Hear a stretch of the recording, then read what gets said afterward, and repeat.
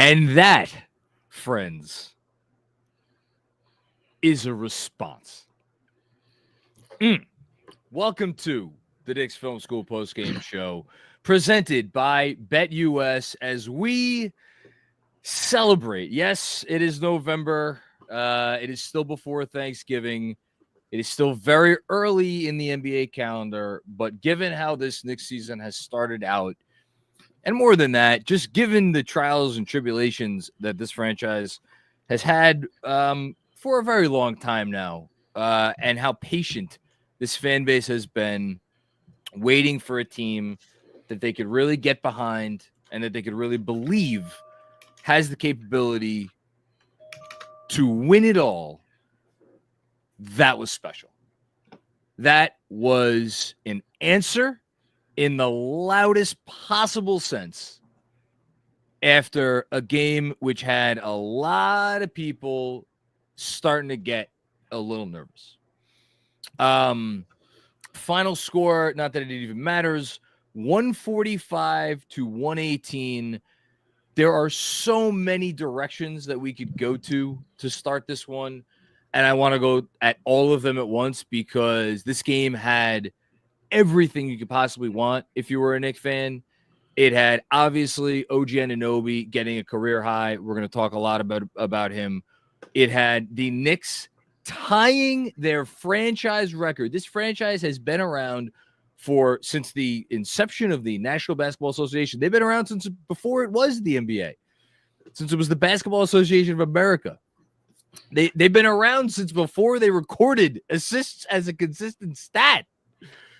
In all that time, they have never had more assists in a game than they did tonight. 45 ties the record that they originally set in 1979 against the Cleveland Cavaliers. We're going to talk about the passing tonight for sure. We're going to talk about Jalen Brunson, who had the lion's share of those assists. I mean, everybody chimed in with assists, but he had his personal career high with 17. We're going to talk about all of it. But for as amazing as those numbers are, I have to start with how this was an answer. Because what we saw in Utah, and again, I added the caveat when I did the postgame. Immediately, I said, look, one team shot 50-something% from three. The other team shot whatever they ended up shooting, 33% from three, and it was below 30% for much of the game. I said, I get it. It's an excuse. It's an easy excuse. It's a convenient excuse in the year of our Lord 2024 when any team can beat any other team because of three-point variance. And by the way, you saw that three-point variance rear its head tonight, except the shoe was on the opposite foot. It absolutely factored in because the Denver Nuggets are not 28 points worse than the New York Knicks, with all due respect to our beloved team that we root for here.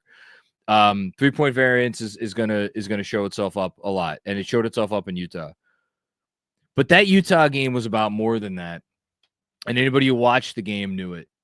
And it was about a starting five who I would say didn't even let go of the rope because they never had grip of the rope from the start of the game.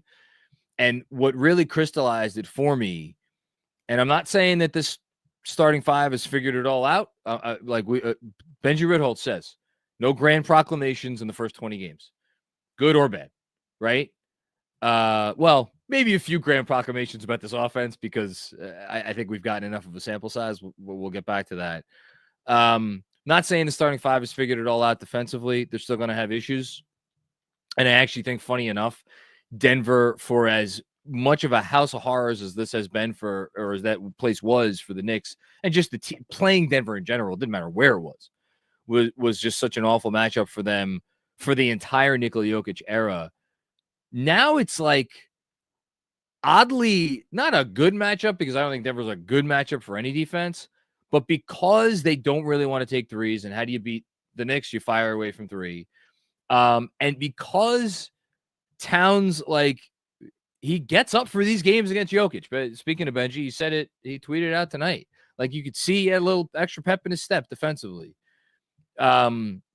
So Anyway, so yeah, but that Utah game, the starting unit had a defensive rating of over 150. I think it was 151. And it got me to go back and look at the defensive rating for the starters and all of the games that they've lost this year. And with one exception, which was the Cavs loss, every other loss they have, the starting five had a defensive rating. I think it was at least 139, somewhere between 139 and 170, which was their defensive rating against the Celtics in the opener.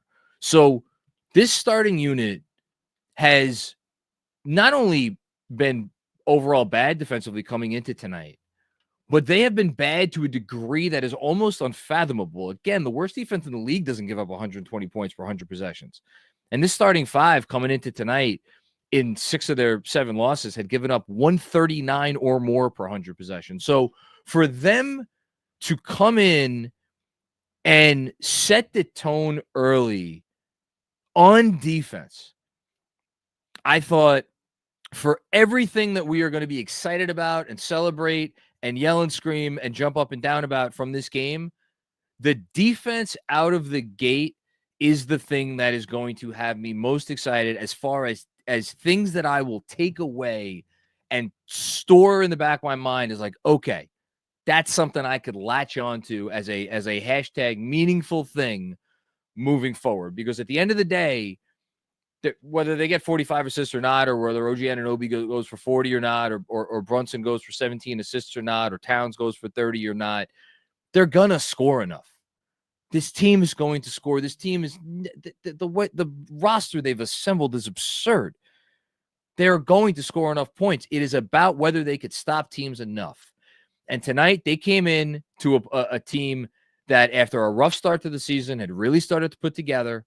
And when Jokic is on the floor, I forget what the exact number is as far as the specific on-court number, but I did look it up earlier today. Coming into the game, the Denver Nuggets were 33 points per 100 possessions better with Nikola Jokic on the court this season. That obviously is the best number in the league. They're a contender when Jokic is on the floor and he plays whatever in the high 30s in terms of minutes every game. So for them to take it to the to the Nuggets offense like they did, was it perfect? No. Did they benefit from a few missed threes? Yeah, sure they did. But that effort that they came out with tonight defensively compared to the effort that they came out with against Utah and in a lot of the games that we've seen this season, night and day. And I'm not sure I've seen them play better defense against a quality offense at any point in time through now, what was this, the 17th game of the year. And for that reason, I'm going to do my, and this is going to lead us into the next section of the post game. I'm going to do my autograph signature of the moment, signature play of the game. Excuse me. It is the signature play of the moment. Signature play of the game right now, presented by our friends at Autograph. Go download the Autograph app. You can see all kinds of great stuff on there, like my Macri's 3x3, which is on the app right now. Me looking back 3 things last week, previewing 3 things from the week ahead. And one of the things that I previewed in my 3x3 or talked about looking for moving forward was, can the starters start to show some semblance of defense? And that's why my autograph signature moment of the game is it was late in the first half, and I know they had already built up a fairly sizable lead. They had gone up by as many as 23, but Denver was starting to make a little push. They had gotten it under 20. They had actually gotten it down to 14 points. Cat had a big and one. That was a big play. But the signature moment of the game for me was the OG. It wasn't a weak side block. It was almost like a side block where he came over after Towns played exceptional initial defense on Jokic. OG swatted it away, and he ended up getting to finish that playoff, made the score 69-50. They ended up going into the half with a 23-point lead, and with all due respect to anything Russell Westbrook did in the fourth quarter, the game was never really in doubt after that. And that is thanks again to Autograph, signature moment of the game. Again, go download the Autograph app. Make sure if you haven't downloaded it yet, use code KFS when you download. And that's going to lead me to OG Anunoby, which I got to take a little sip of my wine, please, before I talk about the man of the hour. So OG Anunoby signed a contract this summer for $220 million. It's the largest contract ever handed out by this franchise, and might be. I mean, don't look now, guys, but Karl Anthony Towns is going to be extension eligible before you know it. This summer, I believe, he's extension eligible. Just throwing that out there.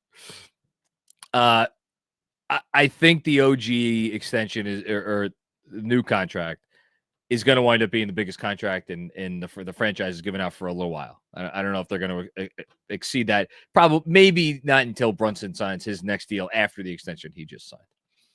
And it raised some eyebrows.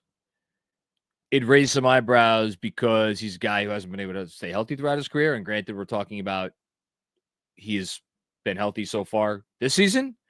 And that's a big thing. And I don't want to take that for granted. But it's also because that is star money.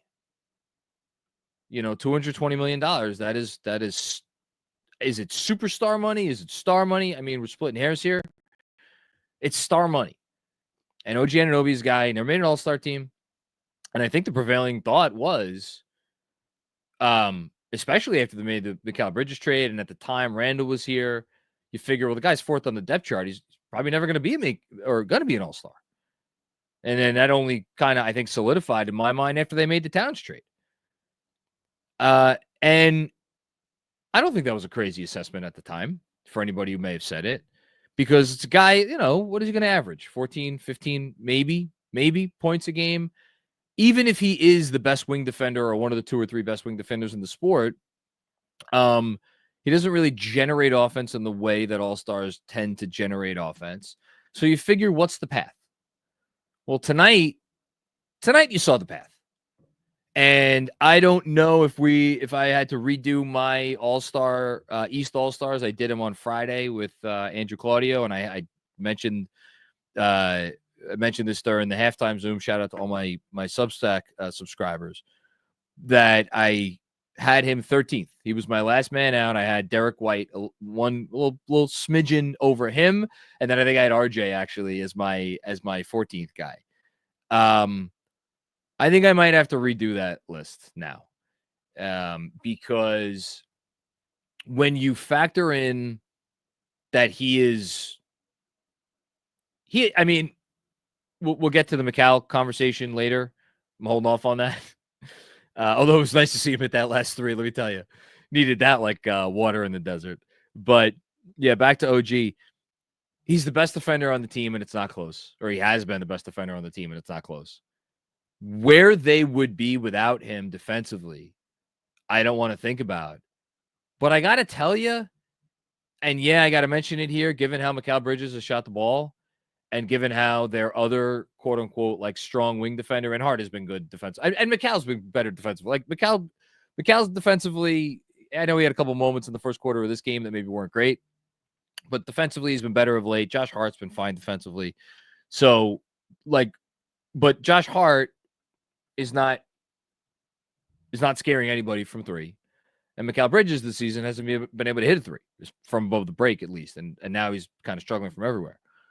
So for as valuable as OG Anunoby is defensively for this team, and I think a couple people may have tweeted something to this effect tonight. I saw someone tweeted. I don't want to take credit for it. This is not my original thought, although I completely agree with it. Is it possible? Oh, it's XJ. I saw XJ. There you go.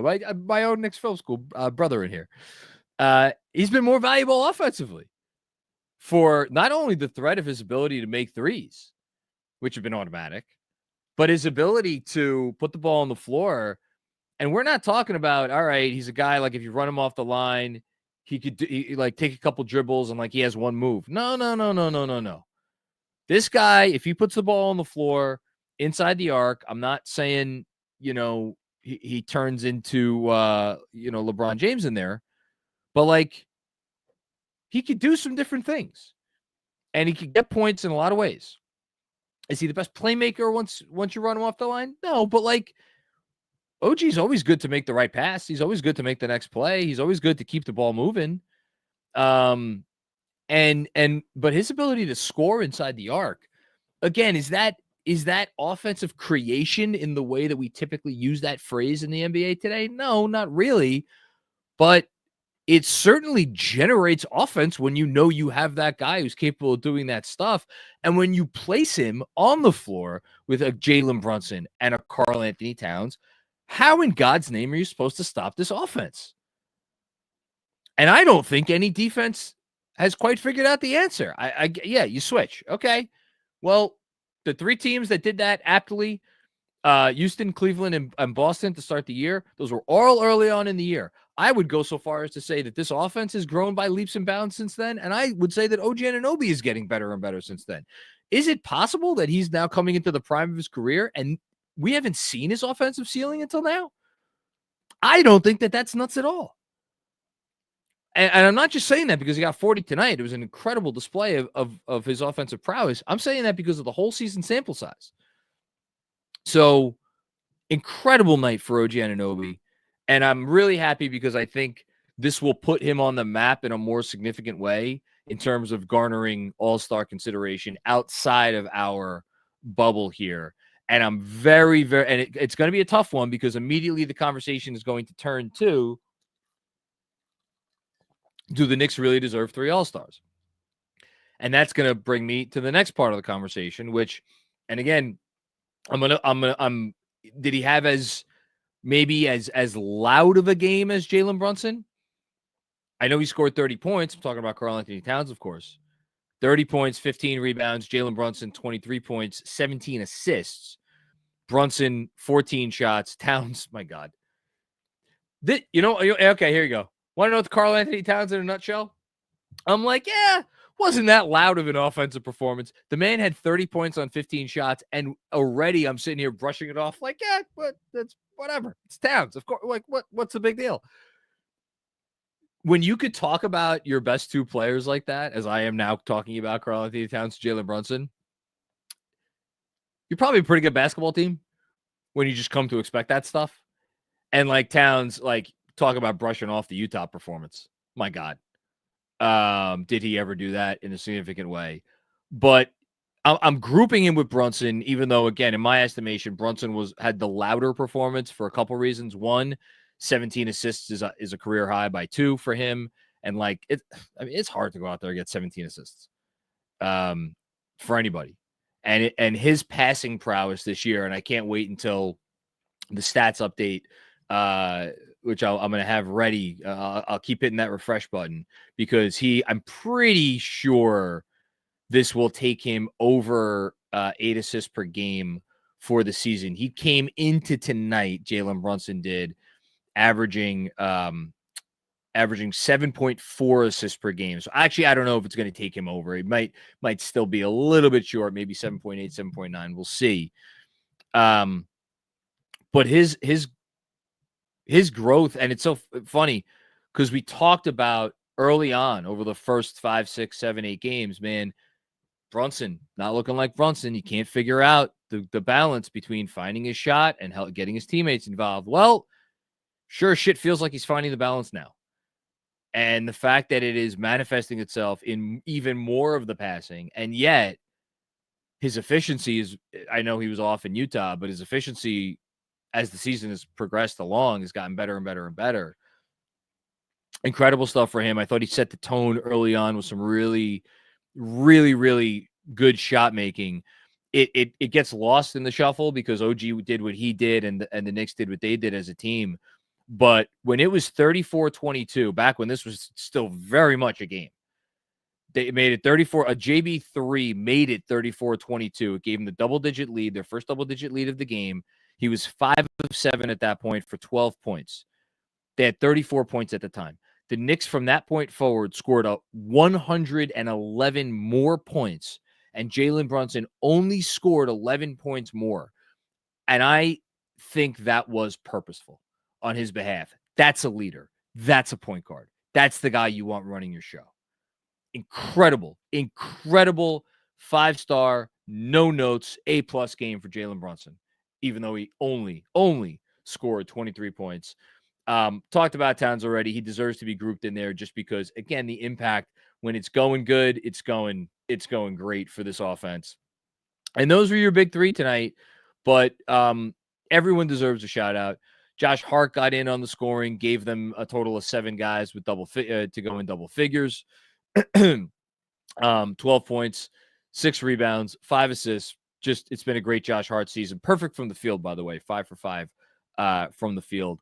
I loved, once again, the energy from the bench when they came in to maintain that defensive tone. And if you want to say ratchet it up a little bit, Jericho Sims didn't score. I think Jericho Sims did a really nice job defensively.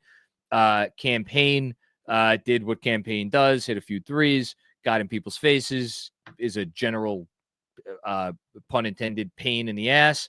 And then how nice was it? How nice was it to have our man Deuce back?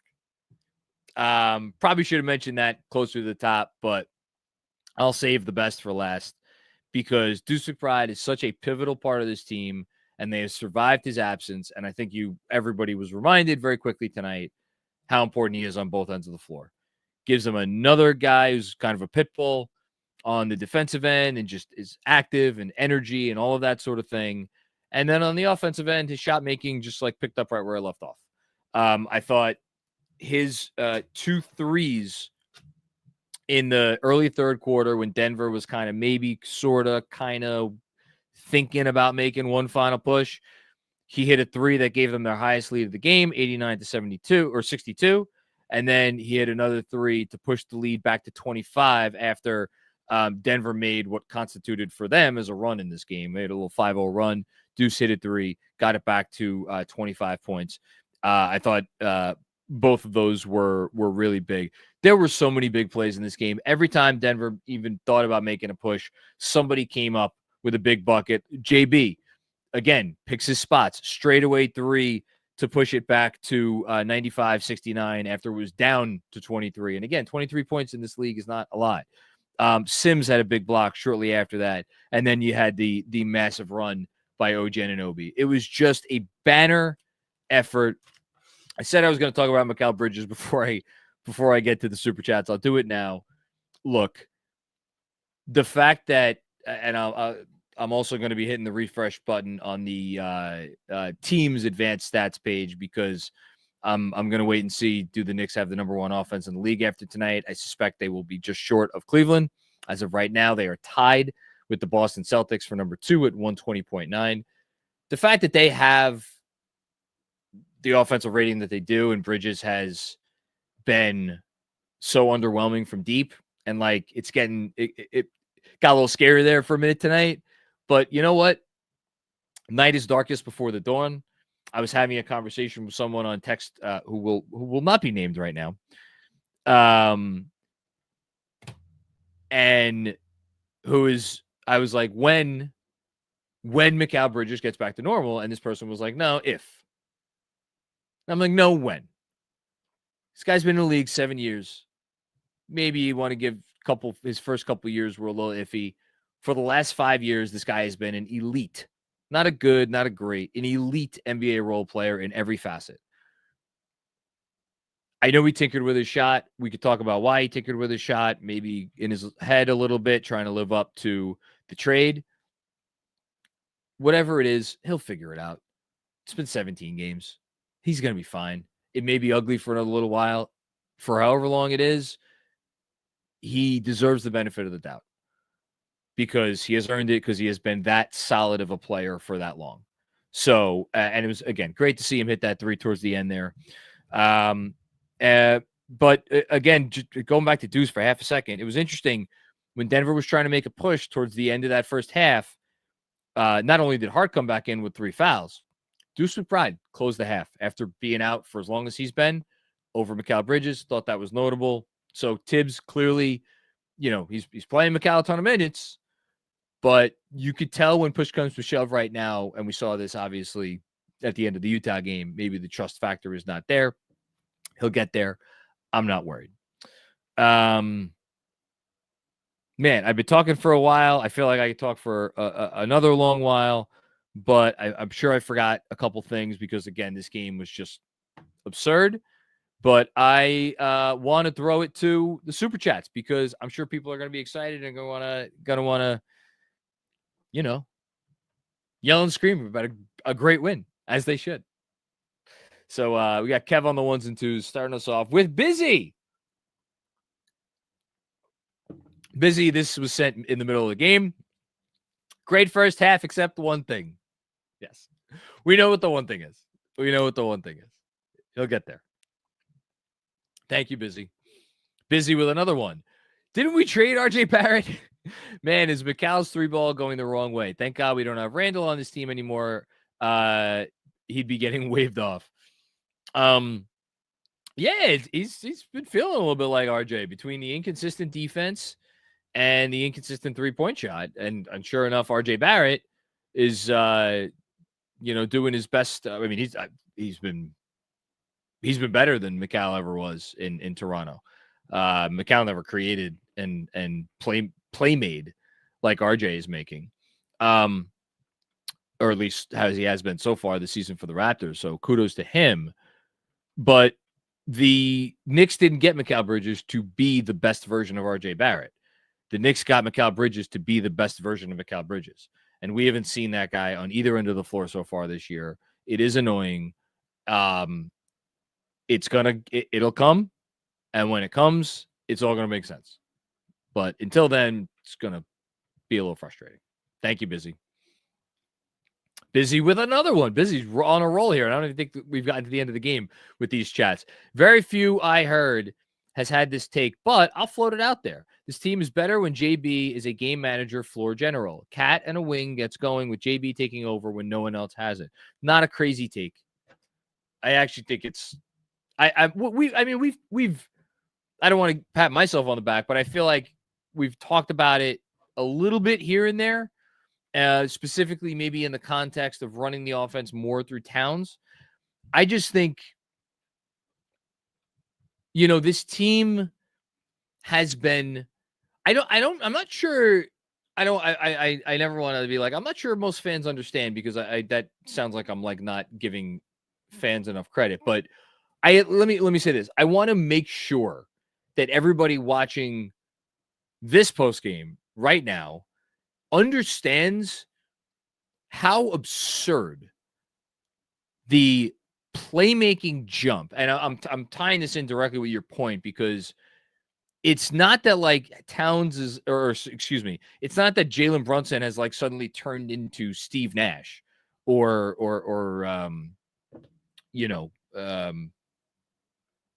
I'm trying to think of like some like truly gifted passing point guards, whatever. Insert your, Chris Paul, and Nikola Jokic, whatever. But his willingness, ability, whatever you want to say, to just keep the chain moving and not have as many stops for ISOs. I think that's been the first domino and the biggest domino that has led to them completely remaking their offense. And it's not just the scoring.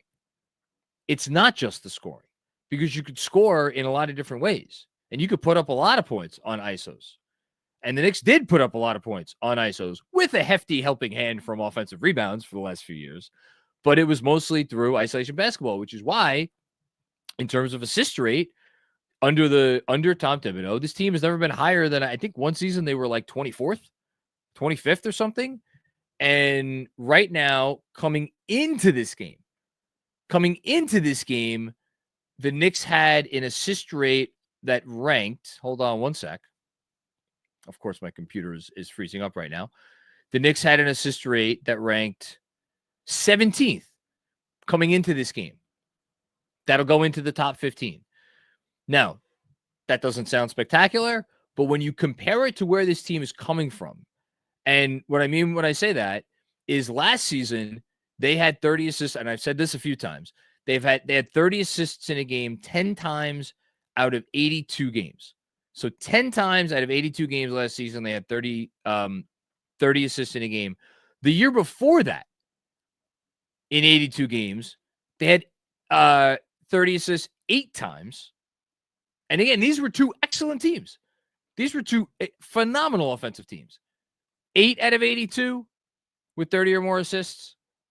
10 out of 82 with 30 or more assists. With this game tonight, they have now had 30 or more assists in 9 of 17 games, including now with 45 tonight, 3 games where they have had at least 35 assists. Last season, they had 35 or more assists twice in the entire season, one with 36 and one with 37. This season, they have already topped 35 3 times. We're through 17 games. All of that goes back to Jalen Brunson and his willingness to become this type of point guard that we are seeing. So it's a night and day offensive approach. And yes, I'm going to say the thing, and I know Randall gets more assists than Towns, and because of that, some might perceive him as like a better passer. Is he a better passer? Yeah, he probably is a better passer than Towns. But if you're trying to craft an offensive unit that has real genuine flow to it and looks like what we're seeing in like games like this and a lot of other games this year, I just think Towns is a much better fit because of how willing he is to move the ball and because of how, as long as he's out there, just like the driving lanes open up. And yes, a lot of that is because he's at center and the Knicks are going from, centers who were able to do somewhere between very little stuff on offense and then some stuff on offense to a center who can do everything on offense. So it all factors in. But it's great to see, and JB should get a lot of the credit. Thank you, Busy. Kento Cato, what's going on, Kento? I have to sleep at halftime to get up at 5 for work, but looking forward to the episode so far. Love the passing, pace, and defensive energy. JB, great. Cat's calf is good. OG's offense continues to impress. Hart doing the little things. Kento, you covered it all. Not much more happened in the second half that I could really add to that. So you nailed it. Thank you for the contribution. Appreciate that, man. Good luck getting up for work tomorrow. Next up, Hayden Freed. Remember when OG wanted a bigger offensive role? He got it. Yeah, did he ever get it? And it's funny because, like, I think when I heard that personally, I was like, bigger offensive role, like, what does he want? Like a couple of ISOs every game? Or like, it's all, and they said it on the broadcast. It's all coming within the flow. It's all coming within the flow of the offense. And it's really hard to be a guy who is third on the depth chart or third on the pecking order for sure, if not fourth. In terms of shot attempts per game, he's fourth. Mikal's been shooting more than him. That number might be close to equal now, but like Mikal had him in terms of field goal attempts per game coming into tonight, certainly. So you're down there on the pecking order. It's hard to get close to 20 a game or around 20 a game when you're not really having plays called for you. Or you're not like, a first or second option. And he's doing it. And it looks great. And I hope he's happy. Thanks, Hayden. Jesse M. OG is an all-star. Gua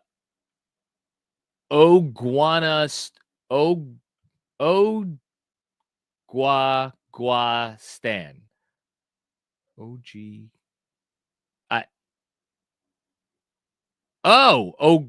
Did I pronounce it correct? Kevin is informing me that this is OG's real name, and I don't even want to say it because I feel like I'm going to mispronounce it. Ogugwa? Ogugwa. Okay. Thank you, Kev. I needed the assist there. Ogugwa Stan. Okay, I like that. That's good. Should we start calling him Ogugwa on the show? OG's a little easier for me. I'm not the most fleet of tongue, as it were. Thanks, Jesse. And yes, I agree. Right now, I would have to say he's an all-star. Michael Zeisman. What's going on, Michael? Thank you for the generous contribution. The combined output from OG and Mikal can make or break this team. OG playing the way he is will hopefully buy the time Mikal needs to find his rhythm. Can't say enough about OG right now. Insanity. Yeah. You can't say that. I mean, again, I didn't have him as an all-star. I didn't have him as a possible all-star. you know? And he is buying Mikal time, and Mikal Bridges better count his lucky stars that OG's doing what he's doing, because otherwise, boy, oh boy, with it's funny. Like, so I the one thing I think would be healthy for all of our mental health, would be good for all of our mental health, is if we all just kind of forgot about the 6 picks. 6 picks are out the window. They're not coming back. I'm more just focused on, like, hey, let's get this guy right. And let's get the guy being the guy that we thought we were going to get, regardless of what we paid for him. And I was thinking to myself over the weekend, I thought of this analogy. I bought a bunk bed for my daughters. We bought a bunk bed for our daughters, and went to IKEA. Got a very, very nice bunk bed, and even IKEA, cost a few bucks. And then we had to get a new mattress too, because bunk bed, you gotta have a lower mattress, so whatever. And I'm like, let me hang on to this receipt, because you spend a decent amount of money, you hang on to the receipt. It's just a thing you do, or at least I do. And like built the bed over the weekend, put it up, made it. My daughter already has all her crap on the top bunk. And you know what? I still have the receipt in my pocket. And because, again, I can't bring the thing back now. It's fully built. It's in my daughter's room. And yet I still have that receipt. I haven't thrown it out yet. And it's funny how when you spend a lot, you tend to carry that around with you for a while. And I think there is some carrying around of the price tag for Mikal Bridges going on at the moment. And I don't blame anybody for that. But I think we'd all be better served moving on sooner rather than later from the price tag specifically. We'll see if we can. Thank you, Michael.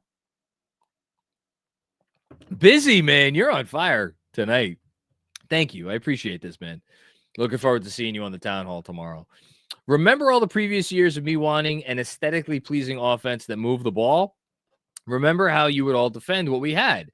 I'm glad to know that anything is possible. We just had to trade away. I'm not reading that word out loud. We just had to trade away. I think you're referring to Julius Randle, so I'll just say Julius. Again, I referenced this a minute ago. I think it's unfair to put it all on Julius Randle. And I would actually go so far as to say it's unfair to put it even mostly on Julius Randle, because Julius Randle never operated with a stretch 5. I know he operated a little bit with Hartenstein, and Hartenstein definitely greased the skids more than Mitch. But even when Randle was with Hartenstein, we never saw anything like this. Hartenstein is not Towns, notably. Doesn't space the floor like Towns, doesn't open up everything like Towns. Now, people who are Julius defenders will be like, whoa, wait a minute. January of last year, after the OG trade with Hartenstein, that offense looked pretty good. It did look very good. Did it look like this? No, I wouldn't say it looked like this. Still a lot of iso balls, still relying on offensive rebounds, but who knows what it would have become. So I don't want to, go there too much, Busy. I do think, very rarely do things stop right now. Like Brunson occasionally will, but even Brunson, like how many times did Brunson just stop the offense to go work his Brunson stuff in this game? A couple times, maybe 2-3 times. That's it. Like Cat's either shooting or he's on the move, or it's like, okay, I got a mismatch on me. Like, give me the ball in the post. I'm going to back a guy down and I'm going to put up. Like, even that's kind of like, every offense is going to need that occasionally. But when they're going like this, man, it's so little of that. And I think having 5 guys on the floor who are all like, there's nothing, any offensive box that you want to check, Like all 5 of those guys can check. It may be in like faint pencil, but all 5 of those guys could check all those boxes. Like there's nothing any of those guys can't do, as far as putting the ball on the floor, as far as putting up a 3, as far as putting up a mid-ranger, as far as making the right pass, making the right read, moving without the ball, setting a screen. Everybody can do everything. It makes it so hard to guard. And it's why I'm really happy that we didn't go a little crazy early on and be like, well, we got to get 5 shooters on the floor. Josh Hart can't be out there. Josh Hart is so vital to this offense and what he does. And he was vital tonight. He's vital every time he's out there. All right. Thanks, Busy. Sam Garcia, OG All-NBA push starts when, John? Let's get All-Star first. All-Star, I'm telling you, in the East is going to be tough, and here's why. You are going to have a big push. And I'm not even going to say it's unfair. You're going to have a big push to get 6 All-Stars from Cleveland and Boston combined. And when those 2 teams are doing what they're doing, and Boston right now, they destroyed, I think it was the Clippers tonight, put up 1 million threes. Kristaps Porzingis came back. They won 126-94. I mean, Boston's 15-3 and Cleveland is 17-1. There's going to be a big push to get 6 All-Stars from those 2 teams. So that means for the other 13 teams in the Eastern Conference, you may only have 6 All-Star spots, putting injury spots aside. Now you're asking the Knicks to take 3 of those and to leave the other 12 teams in the East, potentially. Not saying Darius Garland's a guarantee. I'm not saying, Derek White's a guarantee or whoever. Potentially 3 guys from the other 12 teams. When you have Giannis is getting one of those. Now, the one thing I will say, other than Giannis and maybe Cade at this point, there's no one else from any of those other teams, and Franz. I got to tell you, Franz might be an automatic at the. He's not automatic, but he's with how Orlando was done since Paolo went down. So there's 3 more. So are those your 12 All-Stars? 3 Celtics, 3 Cavs, 3 Knicks, Giannis, Franz, and who did I say? Cade. I didn't even say, it's a lot of names I didn't say. I didn't say Pascal Siakam. Go look at Zach LaVine's numbers. Seriously, go look at Zach LaVine's numbers. I know the Bulls stink, and he's, not a perfect player, but go look at the numbers he's putting up. We talked about RJ. We saying, are the Sixers going to get nobody? Maybe, but they also might get someone voted in by the fans. So, how do you deal with that? Is Halliburton going to come around? Is someone from the Heat going to make it, make a push? So it's just really tough. And again, we're talking about East All-Star, not even All-NBA, because All-NBA, out West, it's, oof. Yeah. Anyway, thanks, Sam. Mr. Fabro, we are so back. Love it. Here for it. Amen. Yes.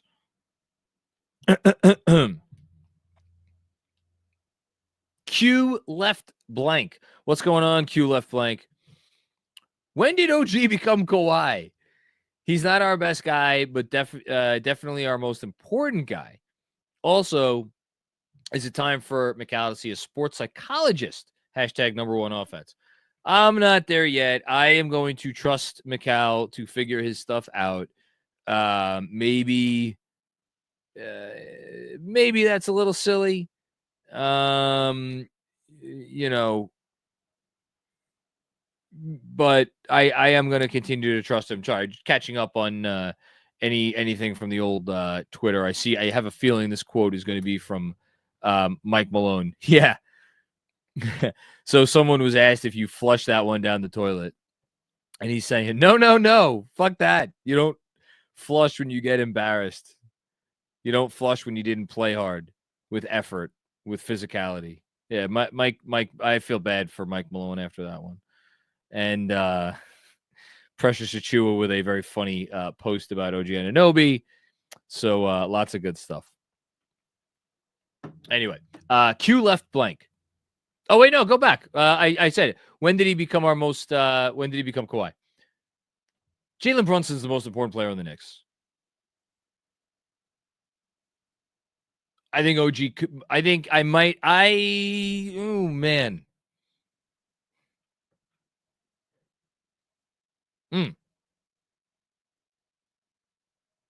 Yeah, OG might have to be number 2 right now, right? OG might, and again, Towns has been one of the 10 best offensive players in the league this year. I think OG might be more important to this team than Towns. Yeah, I think he is. Is he Kawhi? One step at a time, but he's certainly doing a nice impersonation. That's for sure. Thanks, Q left blank. Ryan Wong, what's going on, Ryan? Kawhi Leonard getting his flowers, deservedly so. But Brunson's passing and creation was ridiculous tonight. 15 to 2 assist to turnover ratio after 3 quarters. People saying just last year he wasn't a great passer. That's my MVP. It would be really cool if Brunson got some genuine MVP love. I don't think it's going to happen this year. I think the team is just not going to have the record to get him to that place.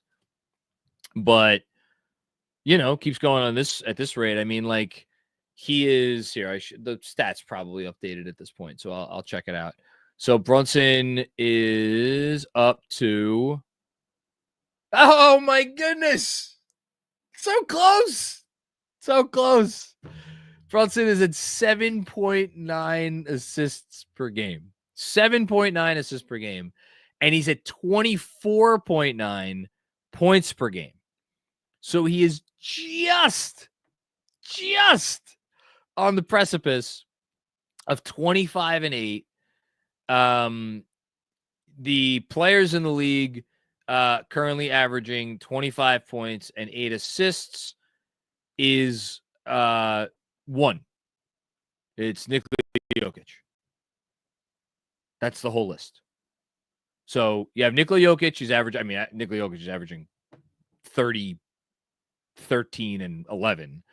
So put him in his own category. But if Brunson is 0.1 point away and 0.1 assist away from being the second player in the league to average 25 and 8 right now. That's pretty freaking cool. Thanks, Ryan. Juanon, what's going on, Juanon? If Saturday night was a bad loss, does that make this a great win?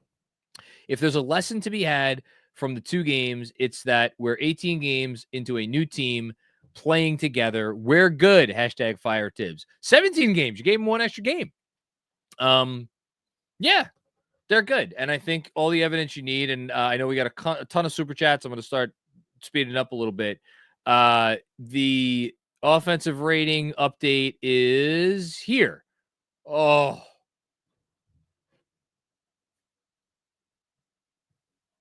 so close. Cleveland Cavaliers, number 1, 122.8 offensive rating. The Knicks, 122.4. Ridiculous. Utterly ridiculous. The defensive rating is still not great. Actually, I think fell to 23rd in the league. But to your point, Juanon, but overall net rating plus 6.6, which right now is 7th in the league, behind Cleveland, Boston, Oklahoma City, who have been unequivocally the 3 best teams.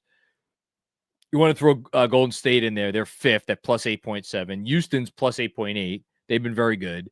So that's your clear top 5, I think. And then you got Memphis at plus 7 and the Knicks at plus 6.6. And then after that, you got Dallas at plus 5.7. So I know Dallas does not have Luka. Statement win tonight. Great win. The whole thing. I want to see what they go out there and do in 2 nights in Dallas without Luka Doncic. Go out there and follow this up. don't enough with the volleyball back and forth. Good performance, bad performance, good performance, bad. Let's go out there and let's keep this going on this road trip. Come on. Thank you, Juanon. Knicks Fan Patrol. OG go. Go time. I love it. Love it. He's excited OG fan. Here we go. Giddy up. Appreciate you, man. Rob DeLusma, KFS fam. I am itching to see what this looks like with a healthy and conditioned Mitch on the floor and Cat at the 4. Rob, you're in the minority, brother. I love you, but that is the last thing that I'm itching for. I'm itching for another one, please. That's what I'm itching for. Look, say it again. I'm going to keep just touting the party line. The party being me. I'm the party. Love Mitch. Hope he comes back.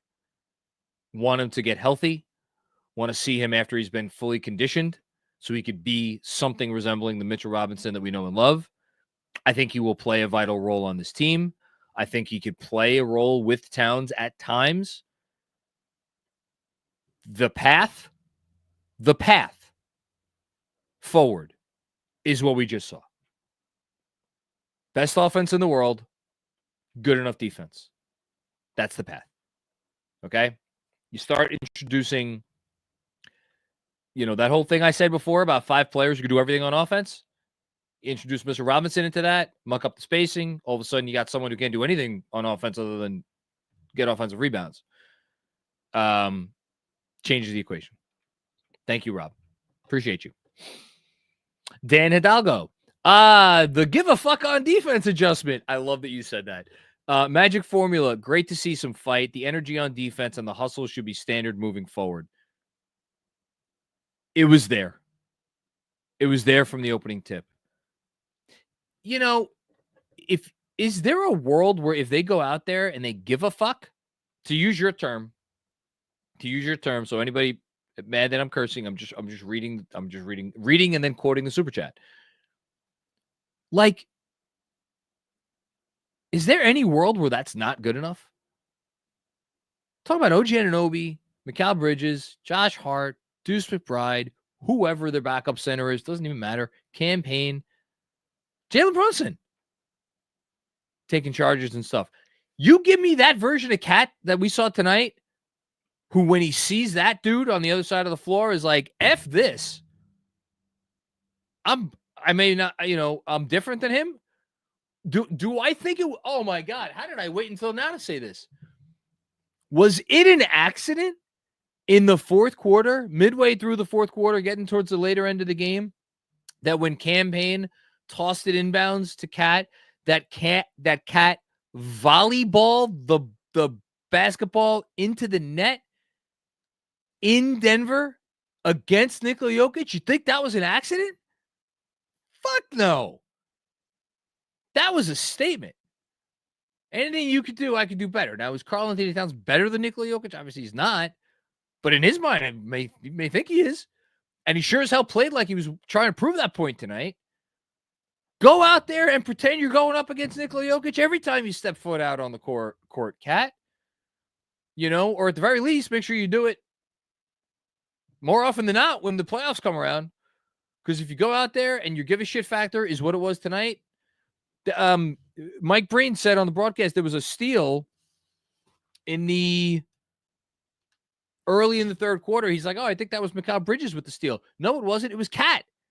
Cat got his hand there in the passing lane because he has hands up. He's active, moving his feet. Give me that guy. Give me that guy. Everything's going to be fine if you give me that guy. Thank you, Dan. Brett Wright, what's going on, Brett? Just going to throw this out there. Ever since John decided he was done having kids, Philly has sucked. Jesus Christ. That's quite the correlation. Hashtag 70 Snipsers. You know what, Brett? Sure. I especially like that because I made a vasectomy joke in the Knicks Film School newsletter today that I hope at least somebody out there appreciated. So, yeah, you're welcome. Robert W. Cross, I was waiting. What are we doing, Robert? I was waiting for you. First time, long time. It's your boy, John. I have OG on my second team All-NBA ballot. Of course you do. How about you? He's not All-NBA for me. No, he's not All-NBA. All-NBA is going to be a bloodbath. I mean, it's too early for me to wrap my mind around that. But I mean, like, there's like 6, 7, 8. It's probably like 8 locks right now. 8, 9 locks. I mean, nothing's a lock. We're, a fifth of the way into the season. But like based on play so far, there's like 8 or 9 locks. And like I don't think any of them are Knicks. Now I think out of those remaining 6 or 7 spots, I think Brunson has a great argument. I think Towns has a great argument. I think there's a very real chance multiple Knicks make All NBA. I don't think for OG to get there, like peak Klay Thompson, who is like the apex 100th percentile version of a guy who is not a quote unquote creator in the traditional sense, but could obviously completely change an offensive game plan, or your team's, your offense, their defense. And then at his peak was an All-NBA-ish level defender. Now you take away a little bit of Klay's offense because Klay's one of the most impactful offensive players in the history of the sport, but you add a little bit more on the defense. The peak, that's the peak. That's the absolute peak. And I think Klay Thompson did Klay make 3 All-NBA teams? All-NBA teams. Klay, 2-time All-NBA third team. And again, that hit, and with that 3-point shooting, for as great as OG's defense is, the impact of like that caliber of shooting is like just OG could be the best defender in the league. And Klay, like the All-NBA version of Klay, what he did and what he meant on offense surpassed the best version of OG Anunoby defensively. For my 2 cents, that's my personal opinion. You asked my opinion. That's my opinion. So I can't get there, but shit, man, I would love the guy to keep making me eat my words. Although I shouldn't say that. I've been a huge fan of OG Anunoby since the day he got here. I was always a fan of OG Anunoby. I always wanted him. I pined for him for quite literally years. And I threw a party the day they traded for him. So, yeah, I'll give myself that pat on the back. Thanks, Robert. Robert Cross with another one. First time, long time, it's your boy, John. Glad to see Deuce back on the floor tonight. Benji said he's the best point of attack defender on the team. He did say that. And I think he has been the best point of attack defender on the team thus far this year. I think this team will accomplish the goals that you have set out for them if he is no longer the best point of attack defender on the team. And I will just leave it at that. Thank you, Robert. Mr. Fabro with another one. OG confirmed underpaid. No, man, he's appropriately paid. It's appropriately. What does he make? $47 million a year? Yeah. 47 and a half? 47.4, right? Or is it 212.5? Well, whatever it is. He is appropriately paid. Again, we're in a league where a year from now you're going to have somebody making, or actually, no, sorry, Tatum, last year Tatum's deal is for 70 million, right? So if your ceiling now is 70 million and you have OG, again, it's an average of 47. So 47? No, 45. Did I say 47? I misspoke. 45, because 40 times, yeah. No, it's not even 45. I can't. Oh my God, my math tonight, man. This is embarrassing. My old Algebra 1 students are going to be like, what the hell happened to you, old man? No, it's 42 and a half. 42 and a half. So yeah, 42 and a half. All the more reason. Yeah, 42 and a half average, starting below 40 right now in a league where a guy is inked to a contract that will eventually pay him $70 million in a year. Yeah, he's appropriately paid. Thanks, Mr. Fabro.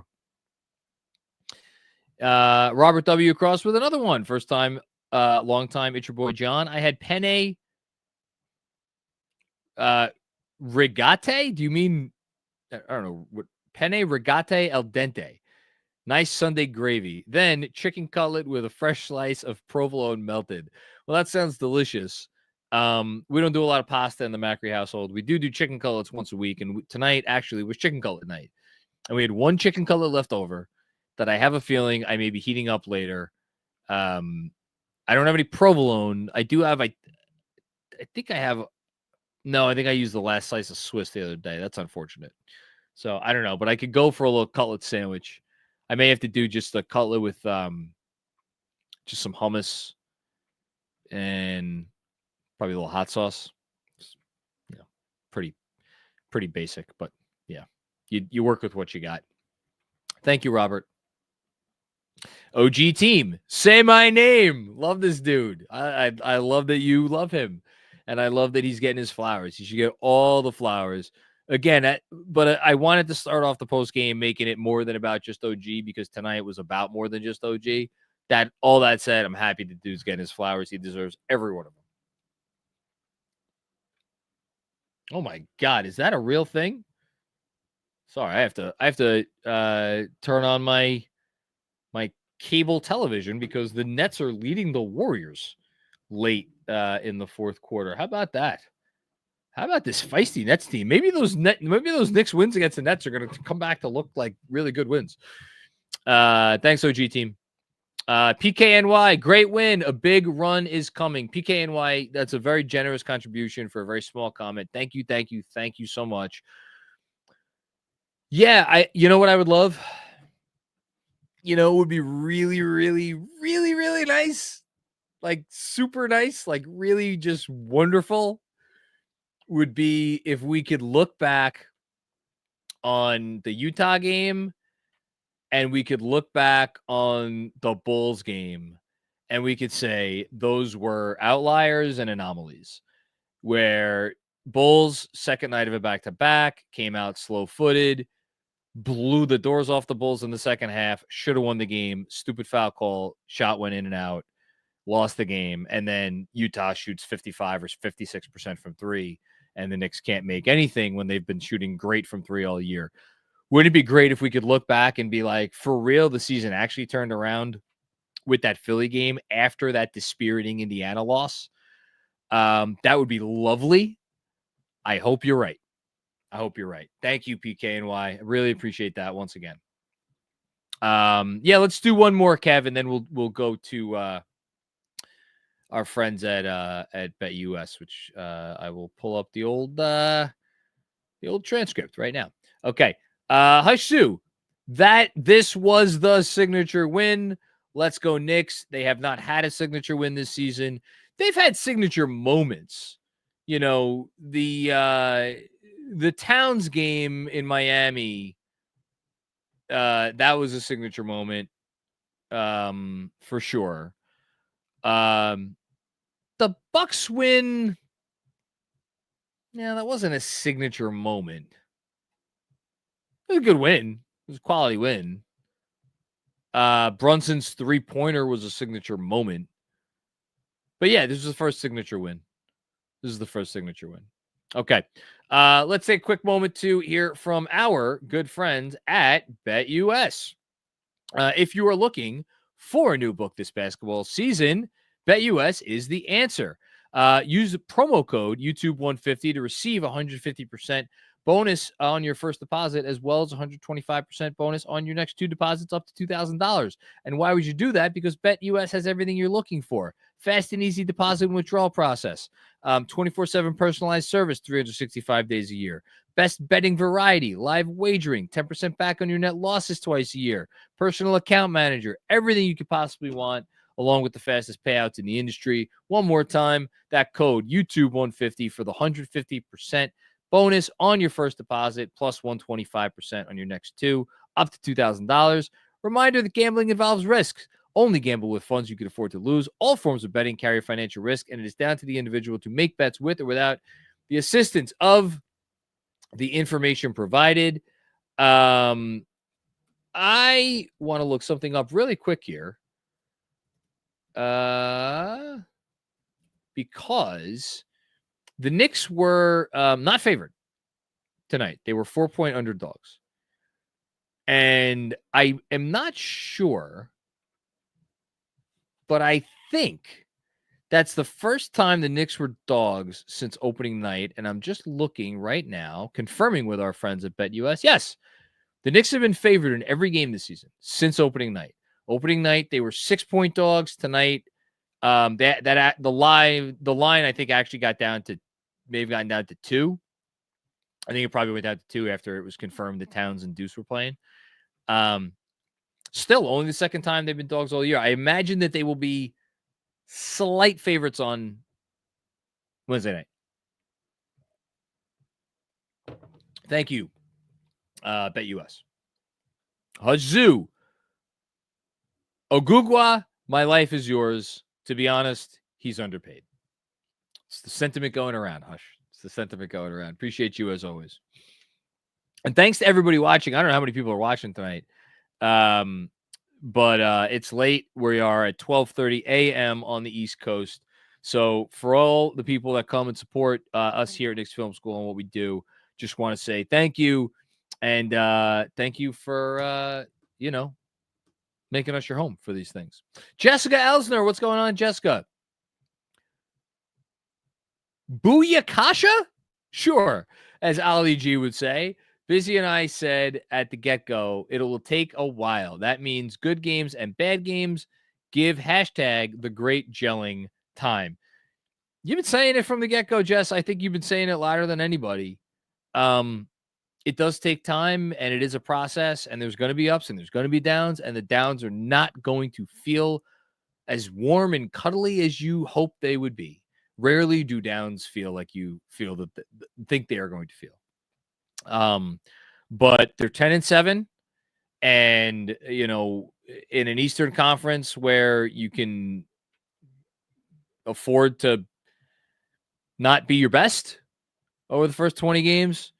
Game back of the Magic. Magic had another nice win tonight. Magic just I'm talking about a game I'm looking forward to. That Magic game, I think it's on December 3rd. That's gonna be a big game, even if Paolo's not back. I kind of actually hope Paolo is back for that, but it's gonna be a big game regardless. Yeah, I mean, you're a game and a half up on Miami, so and 2 games up on Milwaukee. Thanks, Jess. Jessica with another one. Also, Carl, OG, Deuce, Cam, and JB were so awesome. So that 5-man unit, you know what? Let me go over to our my new friend here. Again, they gave me a nice premium subscription for free about a week ago. This is pivotfade.com. I want to make sure I give the proper shout out here. So let me see if I could pull up, because they do a great job as far as getting updated lineup stats basically as soon as the game's over. So I will go ahead and I will find for you. See if I could do it right now. Did I filibuster for long enough? Yeah, I think I did. Okay. Where is it? Oh, here we go. Knicks lineups. So Cat, OG, Deuce, Cam, and JB. Thank you, Jess. I freaking look. Can you see? I'm going to show you my notes. Let's see if I can see that. Can you see that? I wrote 3 point guards right there. I have my fan on. There it is. 3 point guards. I was like, man, remember the days where Tibbs just refused to play multiple small guys for long stretches? He went out there. That shows you what Tibbs thinks of not only Deuce McBride, but certainly Campaign as well. Now, that lineup did not play for a ton of time. I'm looking up right now how long they actually did play for. Bear with me. I'm gonna find it. I'm a pretty quick. So it was Anunoby, Brunson, McBride, and Sims played 2.5 minutes together. And then Anunoby, Brunson, McBride. I'm looking to see. You know what? It was with Sims. It wasn't with Cat, because when Cat came back in, Deuce left. So actually, that was the only. It wasn't with Cat. It was with Sims, which I didn't realize either. But to your point, I would very much like to see those three guards play with Cat and OG. I think that would be an awfully fun lineup. You know. Anyway, and as I'm. Yeah. So yeah, those three guards with OG and Cat would be a lot of fun. So maybe we'll see if we get that at some point. Thanks, Jess. Kevin Danishevsky, Star G Anunoby. John, you need to eat some crow. What? Come on. Oh wait, wrong All-Star finalist. JB Cat, clockwork game. McCall's face at the start of the third had me sad. Huge road win. Don't be sad about McCall. He's going through it. He knows he's going through it. He's going through it. He's going to be fine. He'll be fine. Listen, I'm saying he's an all-star tonight. Don't I get some credit for that? I've been a huge fan of this guy. Think about how many people did not like that trade. You know, and I from day one, Kev, day one. And before day one, I wanted this guy for a long time, as listeners of this podcast and watchers of this YouTube channel very well know. Thank you, Kev. Hush Zoo. I remember the depths of Courtney Lee missing every fast break layup into Josh Hart being LeBron light. Brunson turned into CP3, Monster Cat game, OG. Yeah, you covered it all. You can't say enough how important Josh Hart's been to everything that they're doing. You know, yeah, the half-court offense is awesome. Those easy buckets, like, they're worth their weight in gold. Because usually they come off of a defensive play, which is even better. But nice thing about Josh Hart is it doesn't necessarily need to be off of a steal or some other kind of turnover. Because he could generate, like, if he sees a sliver, that's why. Yeah, they're the slowest team in the league, but when the time is there, when the opportunity is there to run, they run and they are effective. I've quoted those stats from Cleaning the Glass before already this season, and he's a big part of that. So thanks, Hush. Stevens Guillaume. What's going on, Stevens? OG Anunoby, all-star him, all NBA defense him. Way to respond after that stinker. 17 assists for the captain. All defense at this point, it's going to be interesting. I need to look. One thing I haven't looked at, and I should, I've looked at Defensive Player of the Year. You basically need to be on a top 5 defense and more likely on a top 3 defense to win that award. But for all defense, how many guys in the last, 5 years or so have made all defense, and they have been from a team that is, let's say outside the top 15 in defense, which at this point, again, the Knicks are 23rd, but everything's relative. And I do want to say, let's just take a look real quick. So they are 23rd in defense at 115.8. But that is a deceiving-ish number. Here's why. 115.8. There are 3 teams right above them at 115.7, 115.6, and 115.3. So they're really in like a group of 4 teams that are between 20th and 23rd. And you got the Nuggets at 114.0. So less than 2 points per 100 possessions away from where the Knicks are right now. And they're in 17th. Now, after the Nuggets, you have a gap. Go figure. The Portland Trailblazers, the 16th best defense in the league. Good job, Chauncey Billups. They're at 112.7, and then you got a bunch of teams in the 112s, including the Minnesota Timberwolves. Talk about how the mighty have fallen. They're at 112.2, and they're in 13th. I think the goal for the Knicks, if they could get it to like I think they need to get it into like 112 point something. Get it to 112 point something. But let's just say, for argument's sake, they don't. And let's say this, and I think they will, to be clear. I think they will. But let's say they finish the year, let's say they finish 15th in defense. Like, how many guys on 15th ranked defenses have made all defense? I'm curious about that. I'm going to look that up. Thank you, Stevens. Zeke Smith, what's going on, Zeke? Hits blunt. LOL. I don't partake, but I don't mind anybody who does. Knicks are getting 3 All-Stars. Brunson, Cat, OG. OG will make it as an injury replacement at the very least. Yeah, I mean, it depends who's hurt,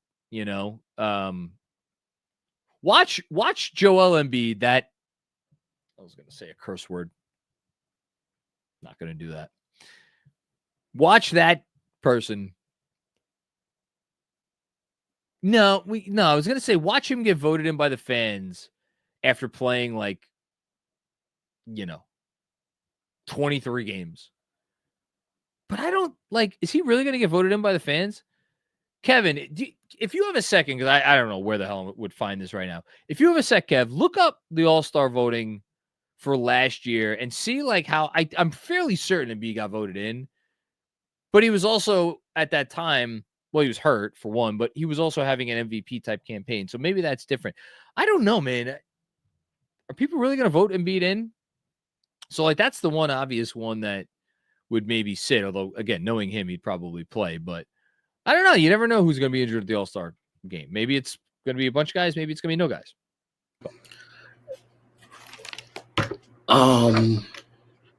Joel Loser Embiid was second in votes for Eastern Conference front court. There you go.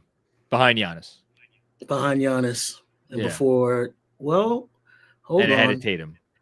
No, it looks like Tatum had more votes than him. Oh, so they have the ranks off. Okay. So Tatum had more votes. If he was third behind Tatum and Giannis last year, I don't think he's going to get voted in this year. You know what's funny? Because again, it's front court. You got to vote 3 front court and 2 back court.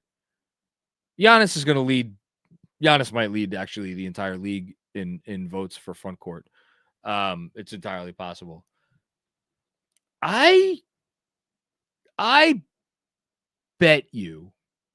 Let me just look at this before I say this out loud. Yeah, I'm going to say it. I bet you Towns is among the top 3 in voting for the East.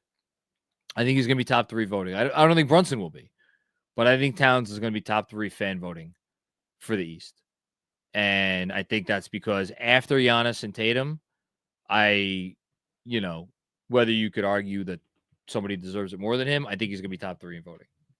That's my bold prediction. Not so bold. Thanks, Zeke. Keith, what's going on, Keith? How you doing? Talk about a bounce back. OG really wants that All-Star game bid. Side note, one of my favorite JB games in a while. He controlled the whole offense. Salute KFS. Well, salute to you, Keith. Thank you so much. You could argue it was Jalen Brunson's best game of the season. I don't think that's nuts at all. Given how efficient he was and how he controlled the pace of the offense, that was a masterful game. Masterful. Yeah, good stuff. Thanks, Keith. Colin Gick. What's going on, Colin? Minutes, police. Nah, F that today. Make the statement. No, I was thinking about it. Late. When Russ was, we haven't talked about it, but what did the league get? The league got down to 17, right? In the fourth quarter. I mean, Russell Westbrook, man. Look, Russell,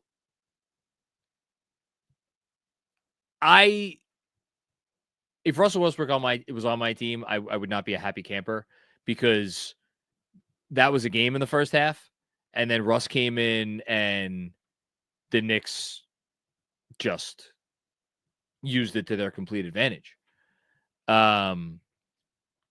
And they extended the lead without Jokic in part because Russ was not good. And then he comes and he does what he does in the fourth quarter and scores 24 points and makes it briefly a game and forced Tibbs to leave the starters in probably longer than he would have, which is not ideal. But, and it's like, oh, well, see, that's why you have Russell Westbrook on your team. Like, is it really worth it? Whatever.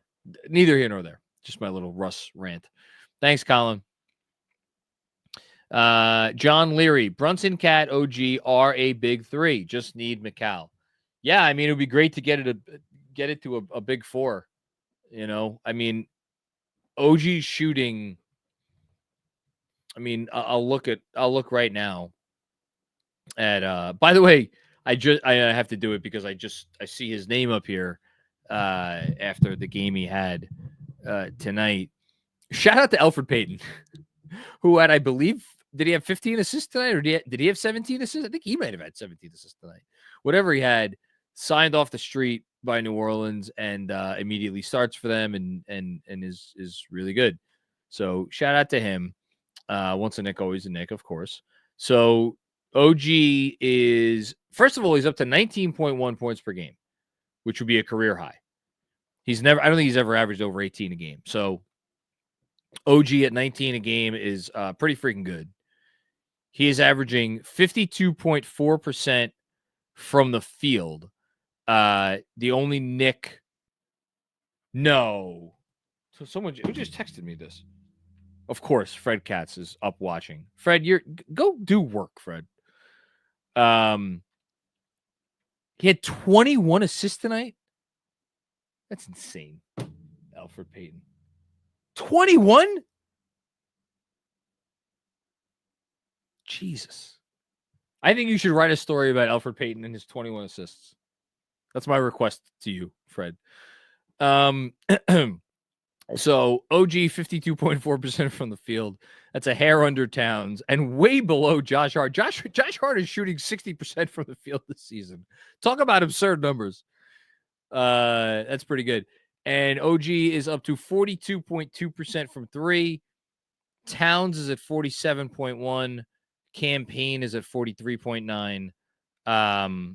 And that's your Knicks rotation. So yeah, pretty good stuff. That's pretty wild, by the way. The Knicks have 3 rotation players shooting at least 42% from three, and 4 rotation players shooting at least 40%. Brunson's at 40.7. McBride's at 39.1. Hart's at 37.3. It's literally every Knick is shooting the bejesus out of the ball from three, with the exception of one who we don't have to talk about. Okay, thank you, John. Delsky. Just when a lot of us Knicks fans were getting seriously concerned, they respond like this. Amen to that. Let's believe in this team, encouraging defensive glimpses. That's what tonight was. I told you that's my big takeaway. My one big takeaway. Speaking of which, I need to get myself another can. I may need to have Kevin come up here on the stage for a second. Is a double one please night. They earned it. I'll say that. I earned it. Yeah, man. It's don't get too high. Don't get too low. Keep saying it. First 20 games. 20 games. Give them 20 games. And they're reminding you why the patience should pay off. Thank you, Delsky. Sam Garcia's dad. What's going on, Sam? Leon knows what guys are worth. In Leon, we trust. It's a bold experiment. The team that he put together. The Towns swing was a big swing. And for the Towns swing to work, the other swings have to work. And so far, The OG swing is great. Knocked it out of the park. Unheralded because it was like seen as an automatic because he's a Villanova guy. And of course you're going to keep him around. But like they brought back Josh Hart on the contract. They brought Josh Hart back on. Like that's really worked. That's really worked. So, and you know, Brunson obviously was Brunson. But if McCall can just be what they thought they traded for, boy, oh boy, should be exciting times. Thank you, Ray. Ja, so focused. What's going on, Ja? Got stuck at work and missed what appears to be a dominating win over the Nuggets. Who do I skeet at to whine about this? Fred Katz. Fred Katz of The Athletic. So you skeet at. You can find him on Blue Sky now. Nick Petrucelli, what's going on, Nick? Last year, I was worried when giving OG that contract, he wouldn't seem to care or get complacent with his skill set once he got paid. I was wrong. I think, with all due respect to the previous comment, that was like Leon knows what guys are worth. We're not with all, I shouldn't phrase it like that. I think a big part of that is this front office has done an exemplary job since the Cam Reddish trade. Since the Cam Reddish trade, they have done an exemplary job of knowing which people to bring into this organization and which people not to bring into this organization. And like, for all the criticism of Towns, you know, Towns is about the right things, and he gives a shit, you know, and we saw him give a little bit more of shit tonight. But you know, I don't question his effort. I think his engagement, his level of engagement, his level of intensity and focus can go up and down. But, you know, on defense in particular, because offense, he's been lights out. But he's been, you know, he's like, there's a lot of really, really good NBA players you could say that about. Now, he plays a very unique position, so, you know, you're asking a lot of him to be locked in defensively as much as he was tonight every game. It's a tall ask. But guess what? If he was as locked in defensively every night as he is tonight, then he's an MVP candidate. So there you go. Thanks, Nick. Deadwards 604. What's going on, Deadwards? Macri being so giddy after games like this makes these post games that much better. Thanks, man. That actually means a lot to me. I really do appreciate that. You are all of us tonight. Great bounce back game from the boys. Kevin, come up here for a sec. I got to get myself another beverage. You got to just give the folks at home a face to look at while I go to my mini fridge over here. I like that hat. What is that, by the way? Can you hear me? That's my team. That's my crew. Well, my guys. Cool. Thank you. What's going on, Knicks Nation? As John's getting his Juan Please beverage, I'm gonna bring up. Oh, he's already back. This is. Oh wait, no, hold on. I didn't close. You have a cooler right there. I have a fridge. It was my present from Santa. I said, Santa, awesome. I want to be able to grab beverages without leaving the privacy of my office. And right there. Christmas morning, Santa showed up with a mini fridge. That's amazing. He's a very kind person. Mini fridges are awesome. They really are. Yeah, we can keep it going. We'll do the out of town scoreboard in a few minutes. In a few. All right, cool. Appreciate that, Edward. Thank you. That really puts a smile on my face. And I'm already giddy. Kanye and Pepper, did he change his shot again? Come on, man. It's coming around. It's coming around. Happy Thanksgiving and thank you for the stream. Thank you guys for watching, man. Seriously, this is a great. It's been an interesting last 24 hours. For reasons that have nothing to do with this basketball team. It was a nice win to get tonight. I'll say that. And yes, an early Thanksgiving present. How about that? Let's get one on Wednesday, and then we'll all have a really happy Thanksgiving. Alex, what's going on, my man? Jonathan Crawford Macri. Okay, I like your hat. Thank you. I put this on for special occasions. Where can I find awesome KFS swag to buy for Christmas presents for friends and family? Producer, put it on the screen. G League fairies are better than Ron Baker's locks. Two things. One, I'm pretty sure in any episode that we do of anything and any YouTube show, the link to our merch store is right there.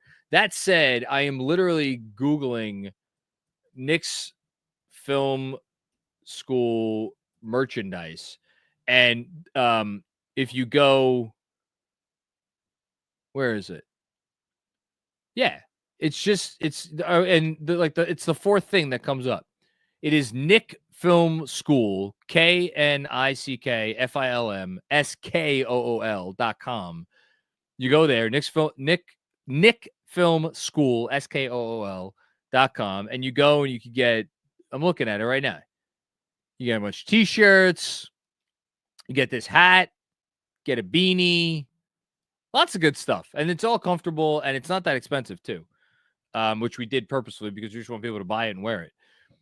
As far as your last comment, I was so mad at myself because we're in the KFS Fantasy League. Alex is part of the league.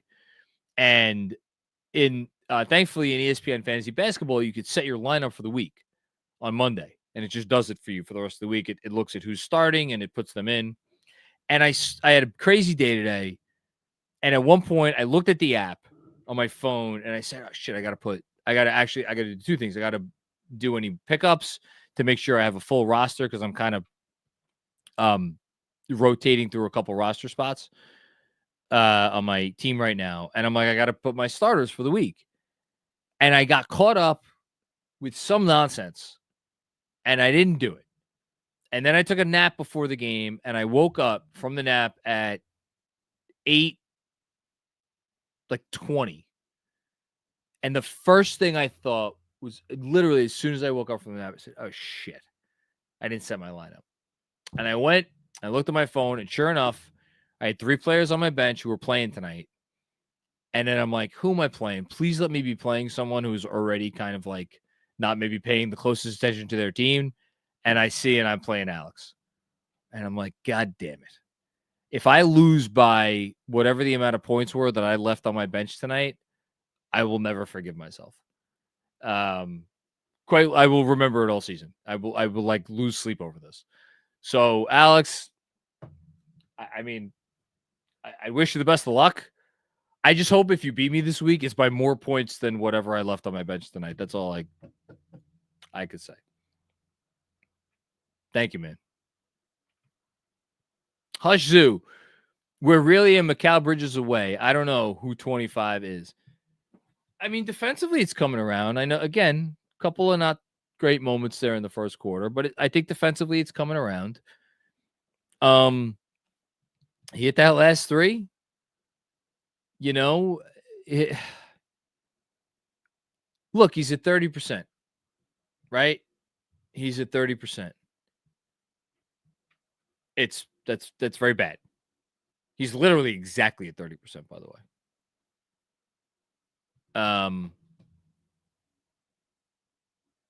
Do you need it? Where do you need him? You need him at 37, 38? If he could just be like 37, 38 for the rest of this year, I don't even take another 5, 10, 20 games to sort this out. Just like give me a stretch going into the playoffs where it's feeling good. That's all I need. That's all. And he'll get there. He's going to get there. Thanks, Hush. New York Knicks. MB just died on yet another screen. Come on. That's uncalled for. I really do think you're being too hard on the defense because I think he's been better. I think he's been better of late. I thought his defense tonight was like, again, some not so great moments, which you're going to get. OG Anunoby, when he's on the point of attack, you're going to get moments from him that aren't great. It is impossible to be truly great possession in, possession out defensively in this league for anybody. So you're going to get some lowlights.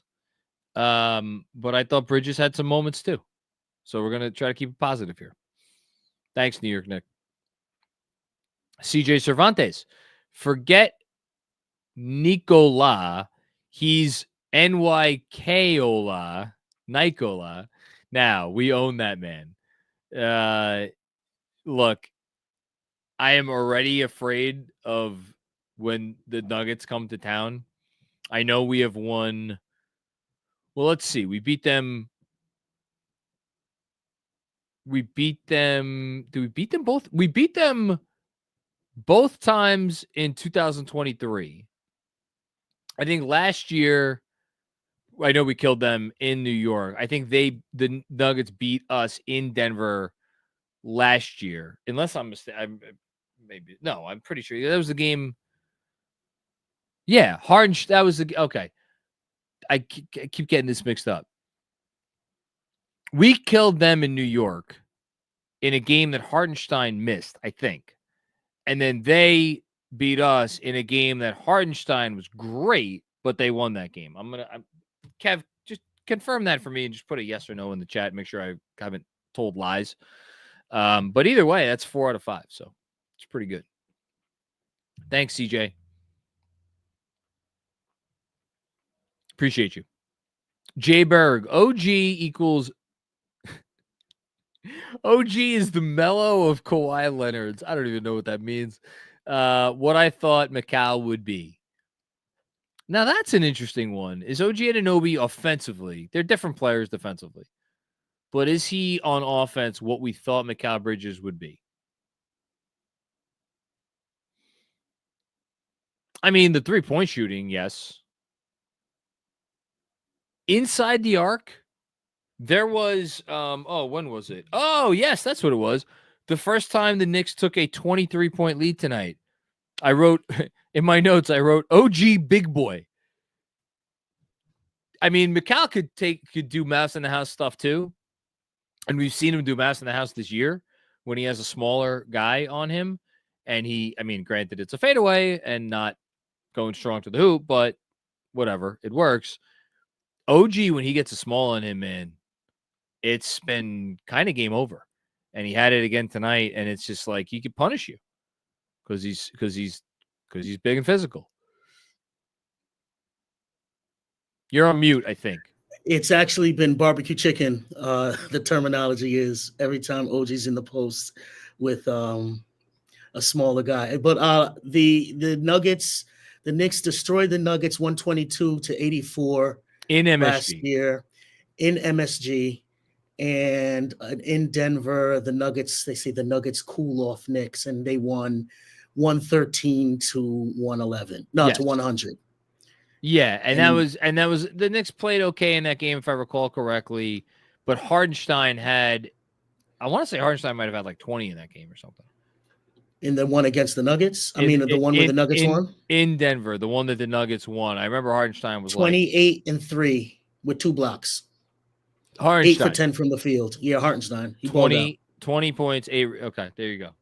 Yeah. So yeah, all right. He had a good game. But anyway, neither here nor there. Thanks, Jay Berg. Brian Garneau from Colorful Co. It's orange and blue skies. I love it. Salute KFS. Offense is top 2, but it's not 2. Offense is top 2, but it's not 2. Oh, I get it. It's like we have the best offense. I mean, we're getting there. I think our offense is better than Cleveland's. And the reason why I think our offense is better than Cleveland's, to be very clear, is the Knicks or Cleveland this season has a 60.7 effective field goal percentage. And the reason they have a 60.7 effective field goal percentage is thus far this season, the Cleveland Cavaliers are shooting 41.5% from three. I just don't think that's sustainable. Now, the Knicks, in fairness, are second in the league in three-point shooting percentage at 39.8. I think that is far more likely to be sustainable than 41.5%.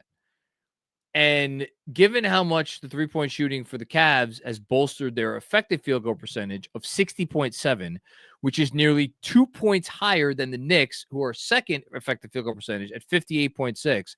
And the Knicks, meanwhile, are nearly 2 full percentage points higher than the team behind them in third place for effective field goal percentage, the Boston Celtics, at 50.7.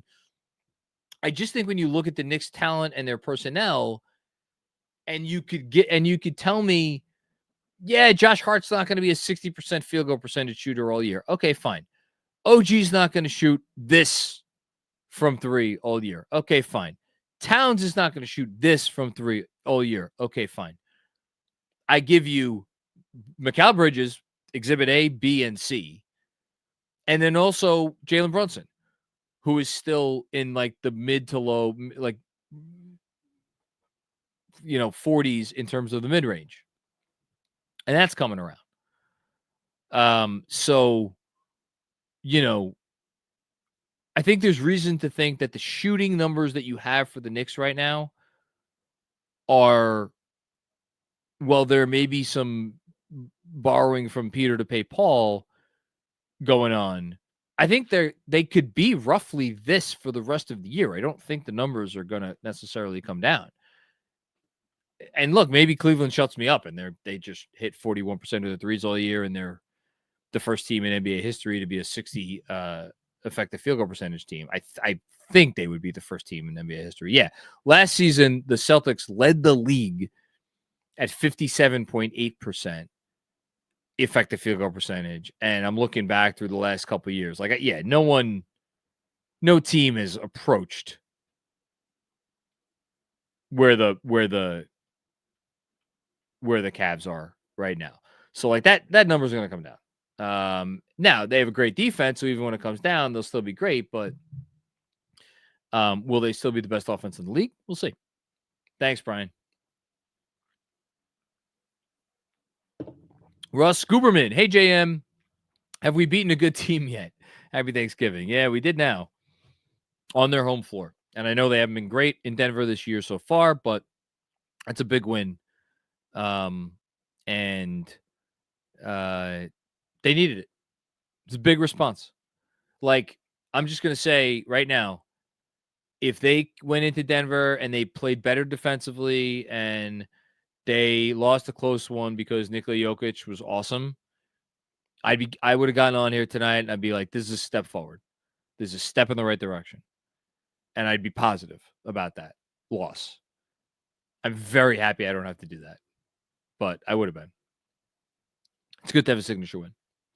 Thanks, Russ. Mitchell Harunain. Thank you for the very generous contribution. If you have, here we go. Loving the Brunson OG 2-man game. Feeling young, but they treat me like the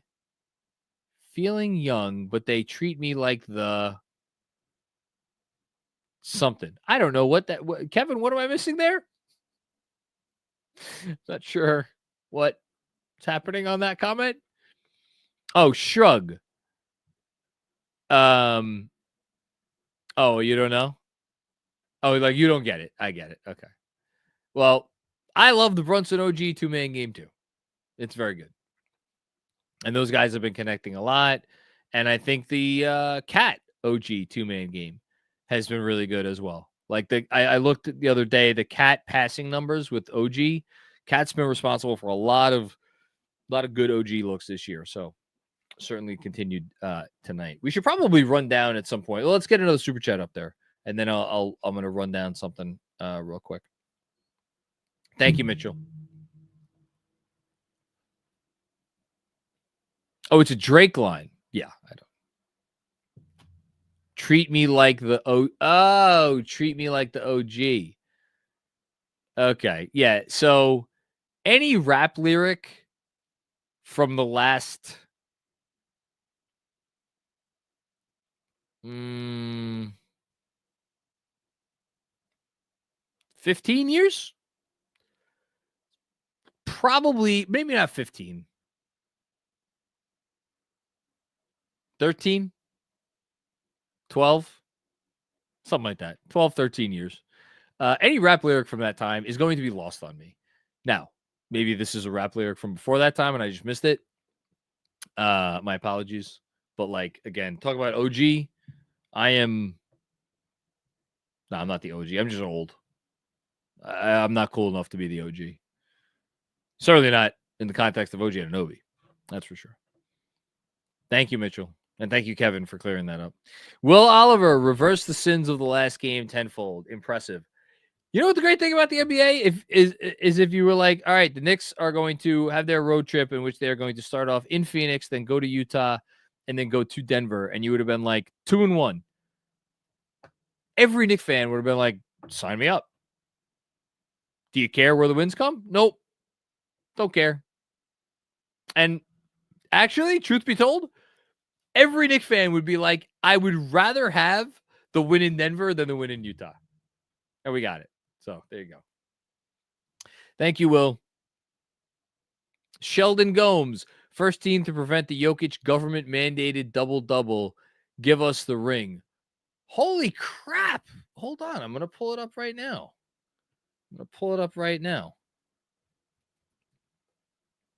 So Nikola Jokic this season. So tonight, we should say, Jokic had, I didn't even pay attention to see what he ended up with. He had it's 7 assists and 7 rebounds to go with his 20 points. This season, Nikola Jokic has had a double-double in every game but one. He did not have a double-double in the second game of the season when he had 41 points and only 9 assists. But he had 41 points, his season high, in a loss, actually, to the Clippers. Yeah, 41, 9, and 4. He's had a double-double of some kind, most of them with rebounds, actually, he's had a lot of triple-doubles. He's had a ton of triple-doubles, but he's gotten double-digit rebounds this is the third game he has not gotten double-digit rebounds, and this is the 1, 2, 3, 4, 5th game he hasn't gotten double-digit assists. That guy's playing a different sport. Let's do one more, Kevin, then we'll go out of town scoreboard. Thank you, Sheldon. John Shin, thank you for the very generous contribution, John. Appreciate it. Happy Thanksgiving to you as well. Yeah, I hope everybody, I don't know how many people are going to be traveling on Wednesday night, may have to miss the game. I will be watching the game here at the Friendly Confines and then making my way out to the east end of Long Island at the Ass Crack at Dawn on Thursday morning. So that is something to look forward to. And then I'm going to go and cook some stuffing and double-baked potatoes, which that was my contribution to the Thanksgiving feast. Okay, let's do Out of Town Scoreboard, presented by our good friends at T Squared Social. T Squared Social, you know what they're all about. Best sports bar in New York, and you could learn more about them by going to T Squared. Is it tsquaredsocial.com? I should probably have that up because I already closed out my ad read sheet. But I'll just pull it up right now to refresh my recollection. Yes, tsquaredsocial.com. You could go there to learn all about all the different things they have going on. And just go visit them and tell them Knicks Film School sent you, because you're going to get a free beverage if you do that, free draft beer. I am having T Squared Social withdrawal because we haven't had a watch party in a while, and this game makes me want to have another watch party because it's been a while and these things are fun. Okay, Out of Town Scoreboard. Let's go from the top down. We had the Magic break up the freaking Magic, man. They're 12-7. They beat the Hornets tonight, 95-84. They're just, their defense is their defense the best defense in the league? Hold on here. I know I'm diverting. They're the third best defense in the league behind Houston and Oklahoma City. So pretty good. Raptors lost a heartbreaker to the Pistons, 102-100. Jaden Ivey had the game winner there. Pistons 8-11. Feisty. Pacers won yet another closer than it should have been game against the injury-ravaged New Orleans Pelicans as Elfrid Payton goes for 14 points, 7 rebounds, and yes, 21 assists. Wild. Pelicans fall to 4-14. The Mavericks beat the Hawks 129-119. Kyrie Irving with 32 in that one. Jalen Johnson Jr. 28. The Celtics, the return of Kristaps Porzingis did some nice things. Was good for Boston. Obviously, it's good to see him back. Let's just give the guy a shout out. The Celtics tonight put up 51 threes, hit 22 of them. That's pretty good. Grizzlies destroyed the Trailblazers. John Morant made his return to the court, ended up with 22 and 11 in that one. And last but not least, the two late games besides the Knicks, the Nets upended the Warriors. The 8-10 Brooklyn Nets. My goodness. Warriors only their fifth loss. Dennis Schroeder outduels Steph Curry, 31 points to 28 points. And then the Thunder keep rolling, 13-4. Shea went for 37. Kings fall to 8-10, 4-6 at home. Not a lot of lighting of the beam going on there. Isaiah Hardenstein, shout out to our boy Isaiah Ihart, 17 points, 10 rebounds, 4 assists. He was 8 of 14 from the field.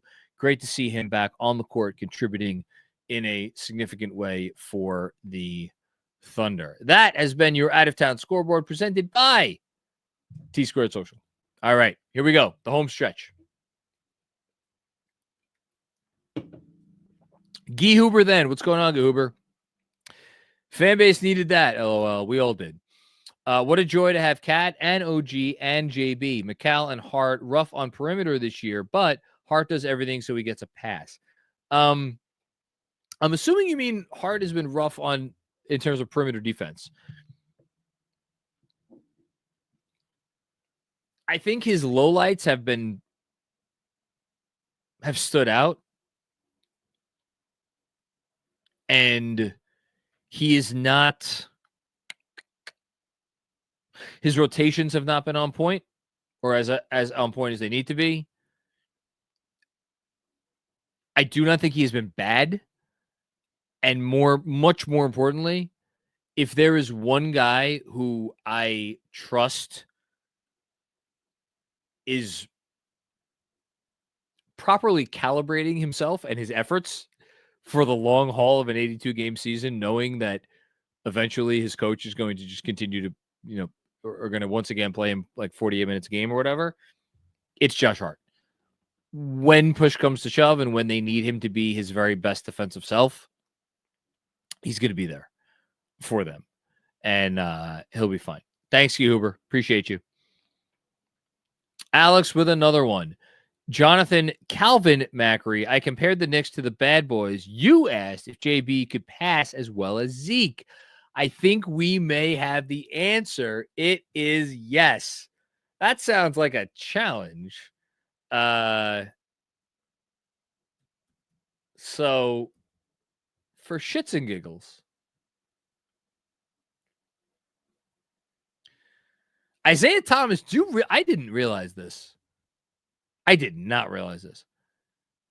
Isaiah Thomas had a season in the NBA, his fourth year, he was 23 years old, where he averaged 13.9 assists per game.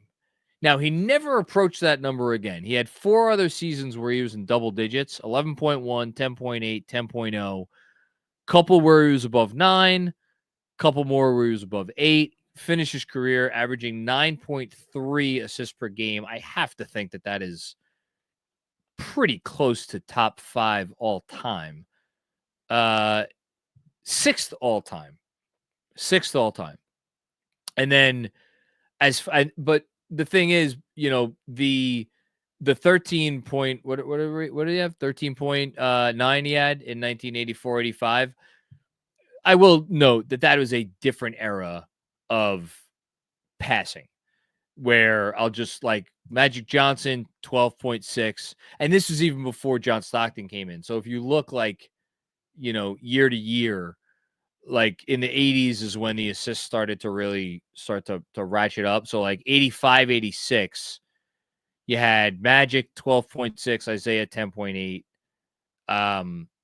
It was easier to get your big assist game. Now, Jokic is 86, 87. You had Magic 12.2, and you had 3 guys over 10: Sleepy Floyd, Isaiah Thomas, Doc Rivers.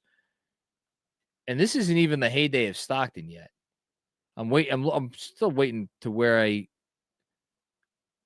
and then Stockton got going. Stockton, so this is now, I know I'm getting back to Knicks stuff, but I'm just fascinated by this stuff. 87, 88, Stockton 13.8, Magic 11.9, Mark Jackson 10.6, Terry Porter 10.1. That was Isaiah Thomas at 8.4. He was all the way down in 7th. Now you don't have anyone with the big assist numbers. You do have 4 guys in double figures, though, with Trae Young 11.9. Well, one of them is Alfred Payton, who's played 3 games, and one of them is DeJounte Murray, who's played 1 game. So really, you have 2 guys in double digits. You have Trae Young 11.9, Nikola Jokic 10.9, and then you got Morant down at 9.3. It's just something about the sport has changed, where probably because like if you're like so many point guards could score and more now than they used to, and like a scoring point guard is just the norm now. So a lot of those assists are turning into points. I've gone way off track. Long story short, do I think Jalen Brunson is the passer that prime Isaiah Thomas was? Probably not. But if you could make that even a conversation, man, that's all you need. That's all you need. If that's a conversation, man, we're in business. So, yeah. How you doing? Thanks, Alex. Zhao or Shao, I hope I got that right. Golding. McCall's 3-point, what the F? OG, JB, Cat, all amazing, and Hart. Yeah. Pretty summed up the entire night in about 12 words right there. Thanks, Mr. Golding. Kevin Danishevsky. Congrats, John. Well-deserved. What is well-deserved? Wouldn't surprise me if OG's All-NBA, but not All-Star, or if he's in the most improved player convo. Russ with a cute fake comeback, 21-22 Knicks stuff. How would he be All-NBA? I don't. Do y'all realize there's only 15 players in the entire league that get voted All-NBA? It's. And just some of the numbers being put up, and it's just like, especially out west. I look, I hope you're right, man. Kevin, if OG Anunoby's all NBA this year, my Lord. That'd be insane. I'd be here for it. Thank you, Kevin. As we pass the 2-hour mark, again, thanks to everybody who stayed with us. Bernard Richardson, pass the ball, Jalen.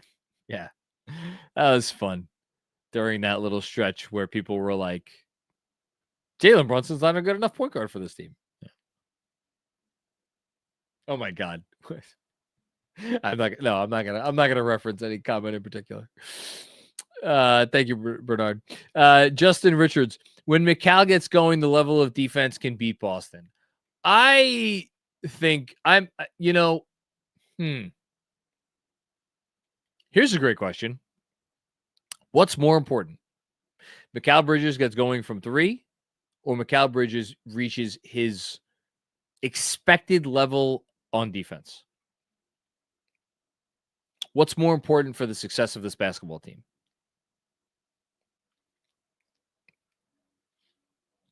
It's a tricky question because Mikal is shooting all these threes right now and he's missing them. And when they don't, and when they're good looks and they don't go in, you feel that pain as a fan.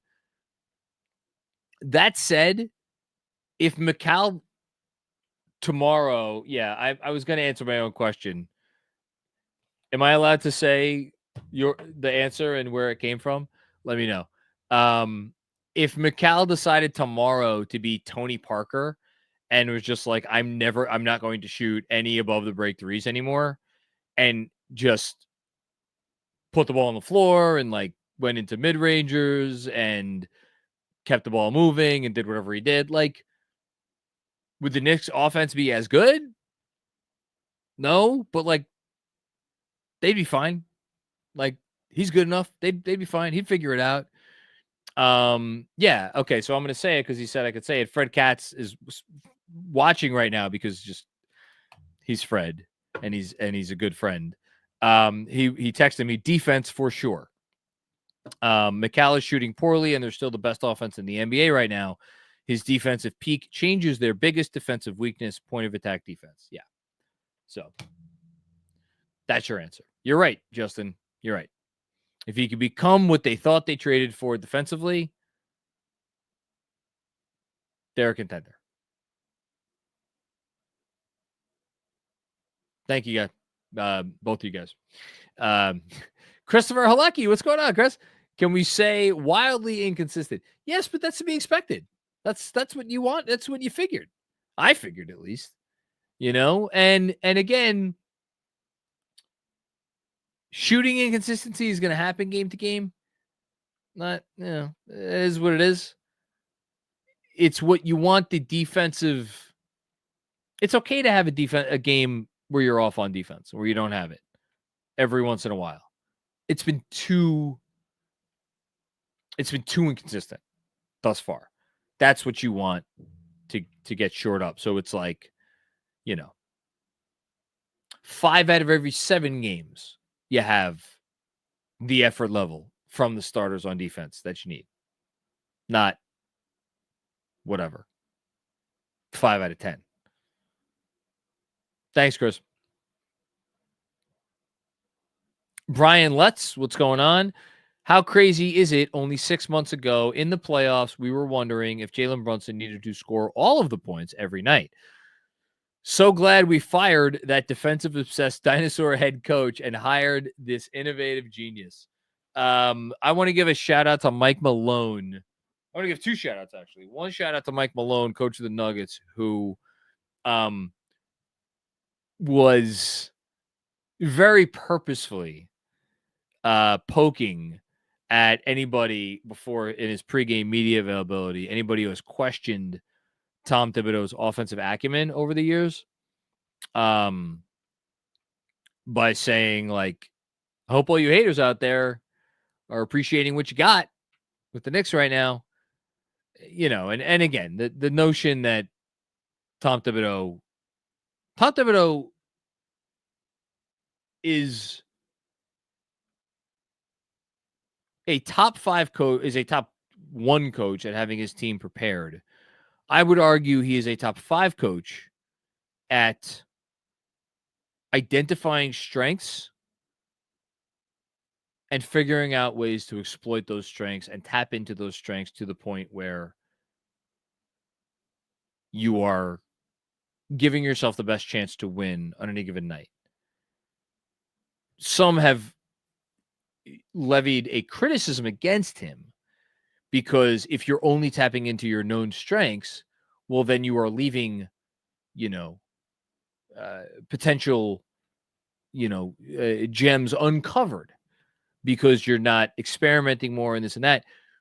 But my point here, and that's a fair criticism. My point here is that everything he's ever done offensively is just like, look, this is the team you gave me. This is what they're best at. We're going to do this. Now you give him this team. Well, guess what? He's like, oh, now you give me this? Okay, well, there's a lot more stuff they could do really good. let's tap into all that. And that's what you're seeing. So, it's nice to see, not that he cares about any of that sort of stuff. And then the other shout out that I'm going to give is to James Edwards III, who got a great shout out from Mike Breen on the broadcast tonight for his wonderful article about Tom Thibodeau. My dad, actually, of all people, texted me today. He's like, man, you got to read this article by this James Edwards III guy in The Athletic. I'm like, yes, Dad, I will talk to him about it next time he's on the pod. I don't know that my dad knows what a podcast is yet. So we'll forgive him for that. But yeah, a great article on Tibbs and how he's never been ejected. That's the headline of the article, but just really goes into, it really does go into what makes him Tibbs. I mean, because he only cares about the stuff that's relevant. And you saw that in the piece as it really explored how even when he's engaging with refs, he only, it's not a pissing match. It's not personal. It has nothing to do with pride. It's just about the basketball. And that's all anything is about with Tibbs. It's about the basketball. So, yeah. Thanks, Brian. Joseph Prinsky. What's going on, Joseph? Do the Knicks need to make a move at the deadline for a playoff push depth-wise versus a team like Boston or Cleveland come playoff time?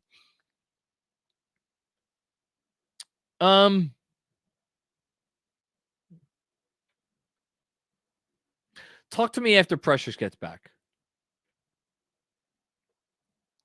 I think if you're asking me, do they need to?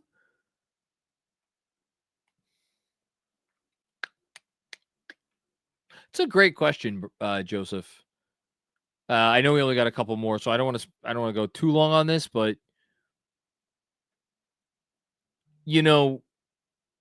campaign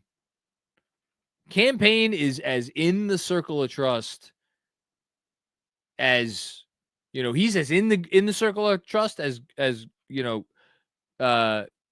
Fokker was outside the circle of trust.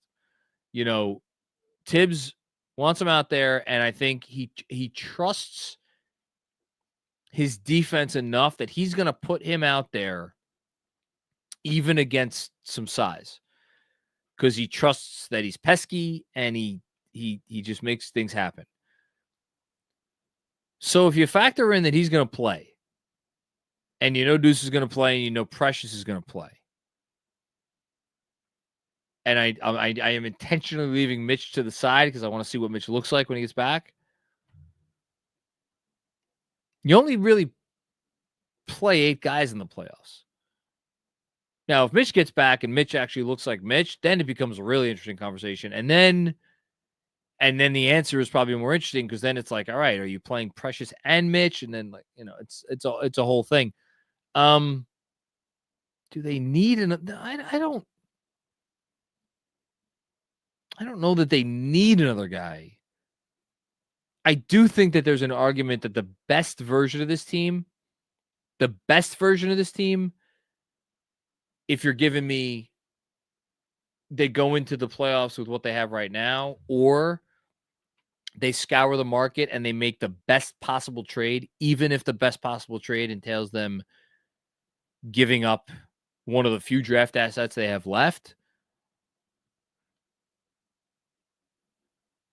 I'd probably go with the latter, but I want to see Precious come back, and I do want to see what Mitch looks like. If he can. Yeah, I want to see what Mitch looks like too. Thanks, Joseph. Great question. I don't have a great answer for you right now. Dave Murray. What's going on, Dave? Love this team. Insane chemistry. Always wished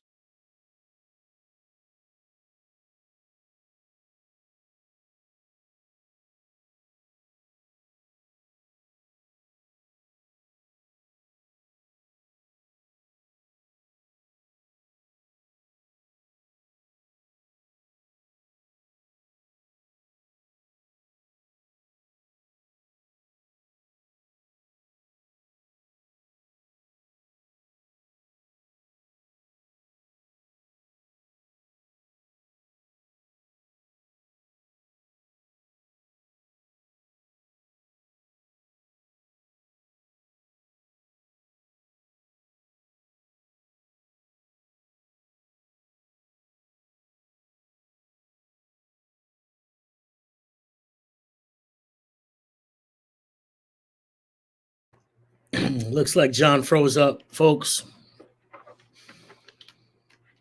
I think I'll just continue on. Dave Murray says, love this team. Insane chemistry. Always wish the 90s teams had this caliber of offense. Getting Precious and Mitch back healthy will be key in the playoffs. Yeah, I think so.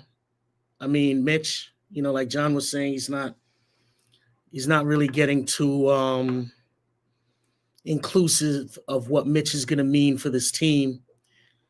But I do think it's going to offer another pitch, man. It's going to offer another thing we could do, a defensive unit where, certain teams are going to have struggle scoring against us if we have Mitch out there with OG and real Mikal Bridges and Deuce and, Brunson or Josh Hart, whatever it ends up being. That's going to be the type of team that could do something different. So I definitely like to see what happens with that. Dave, you had another chat. Give Cam props. He's been a dog. Also missed your $5. No, he didn't. But yeah, no, Cam doing his thing. He's a odd-looking fellow, but that shot looks crazy. But when it goes in, it's like, yeah, you know what I mean? You're like, no, yeah. He's shooting well. He's playing tough defense. For all the talk that maybe Kolek was going to take his spot or his rotation spot, even if, Cam started, it is what it is. You know what I'm saying? Like, shouts out to Kolek too, though. Let's see what we have left. Yajvin Dabaru. How expendable is Precious given Sims backup minutes as of late? Precious offers more lineup versatility, but his contract, it might be smart to leverage an expiring contract in a trade. Look, yeah, people are saying like that's the move. People think the move is going to be Precious plus something, whether it's Precious and Mitch or Precious and Jericho, or is going to be a way we could make a trade to improve the team. I do kind of want to see what this team is when Precious is back. I want to see what happens to the defense. I want to see how do other teams adjust to what Precious offers versus, what anyone else who's getting those minutes offers. It's just a different thing. And Precious is real active. He's got length. He's got size. I think that could mean something to the second unit, our depth.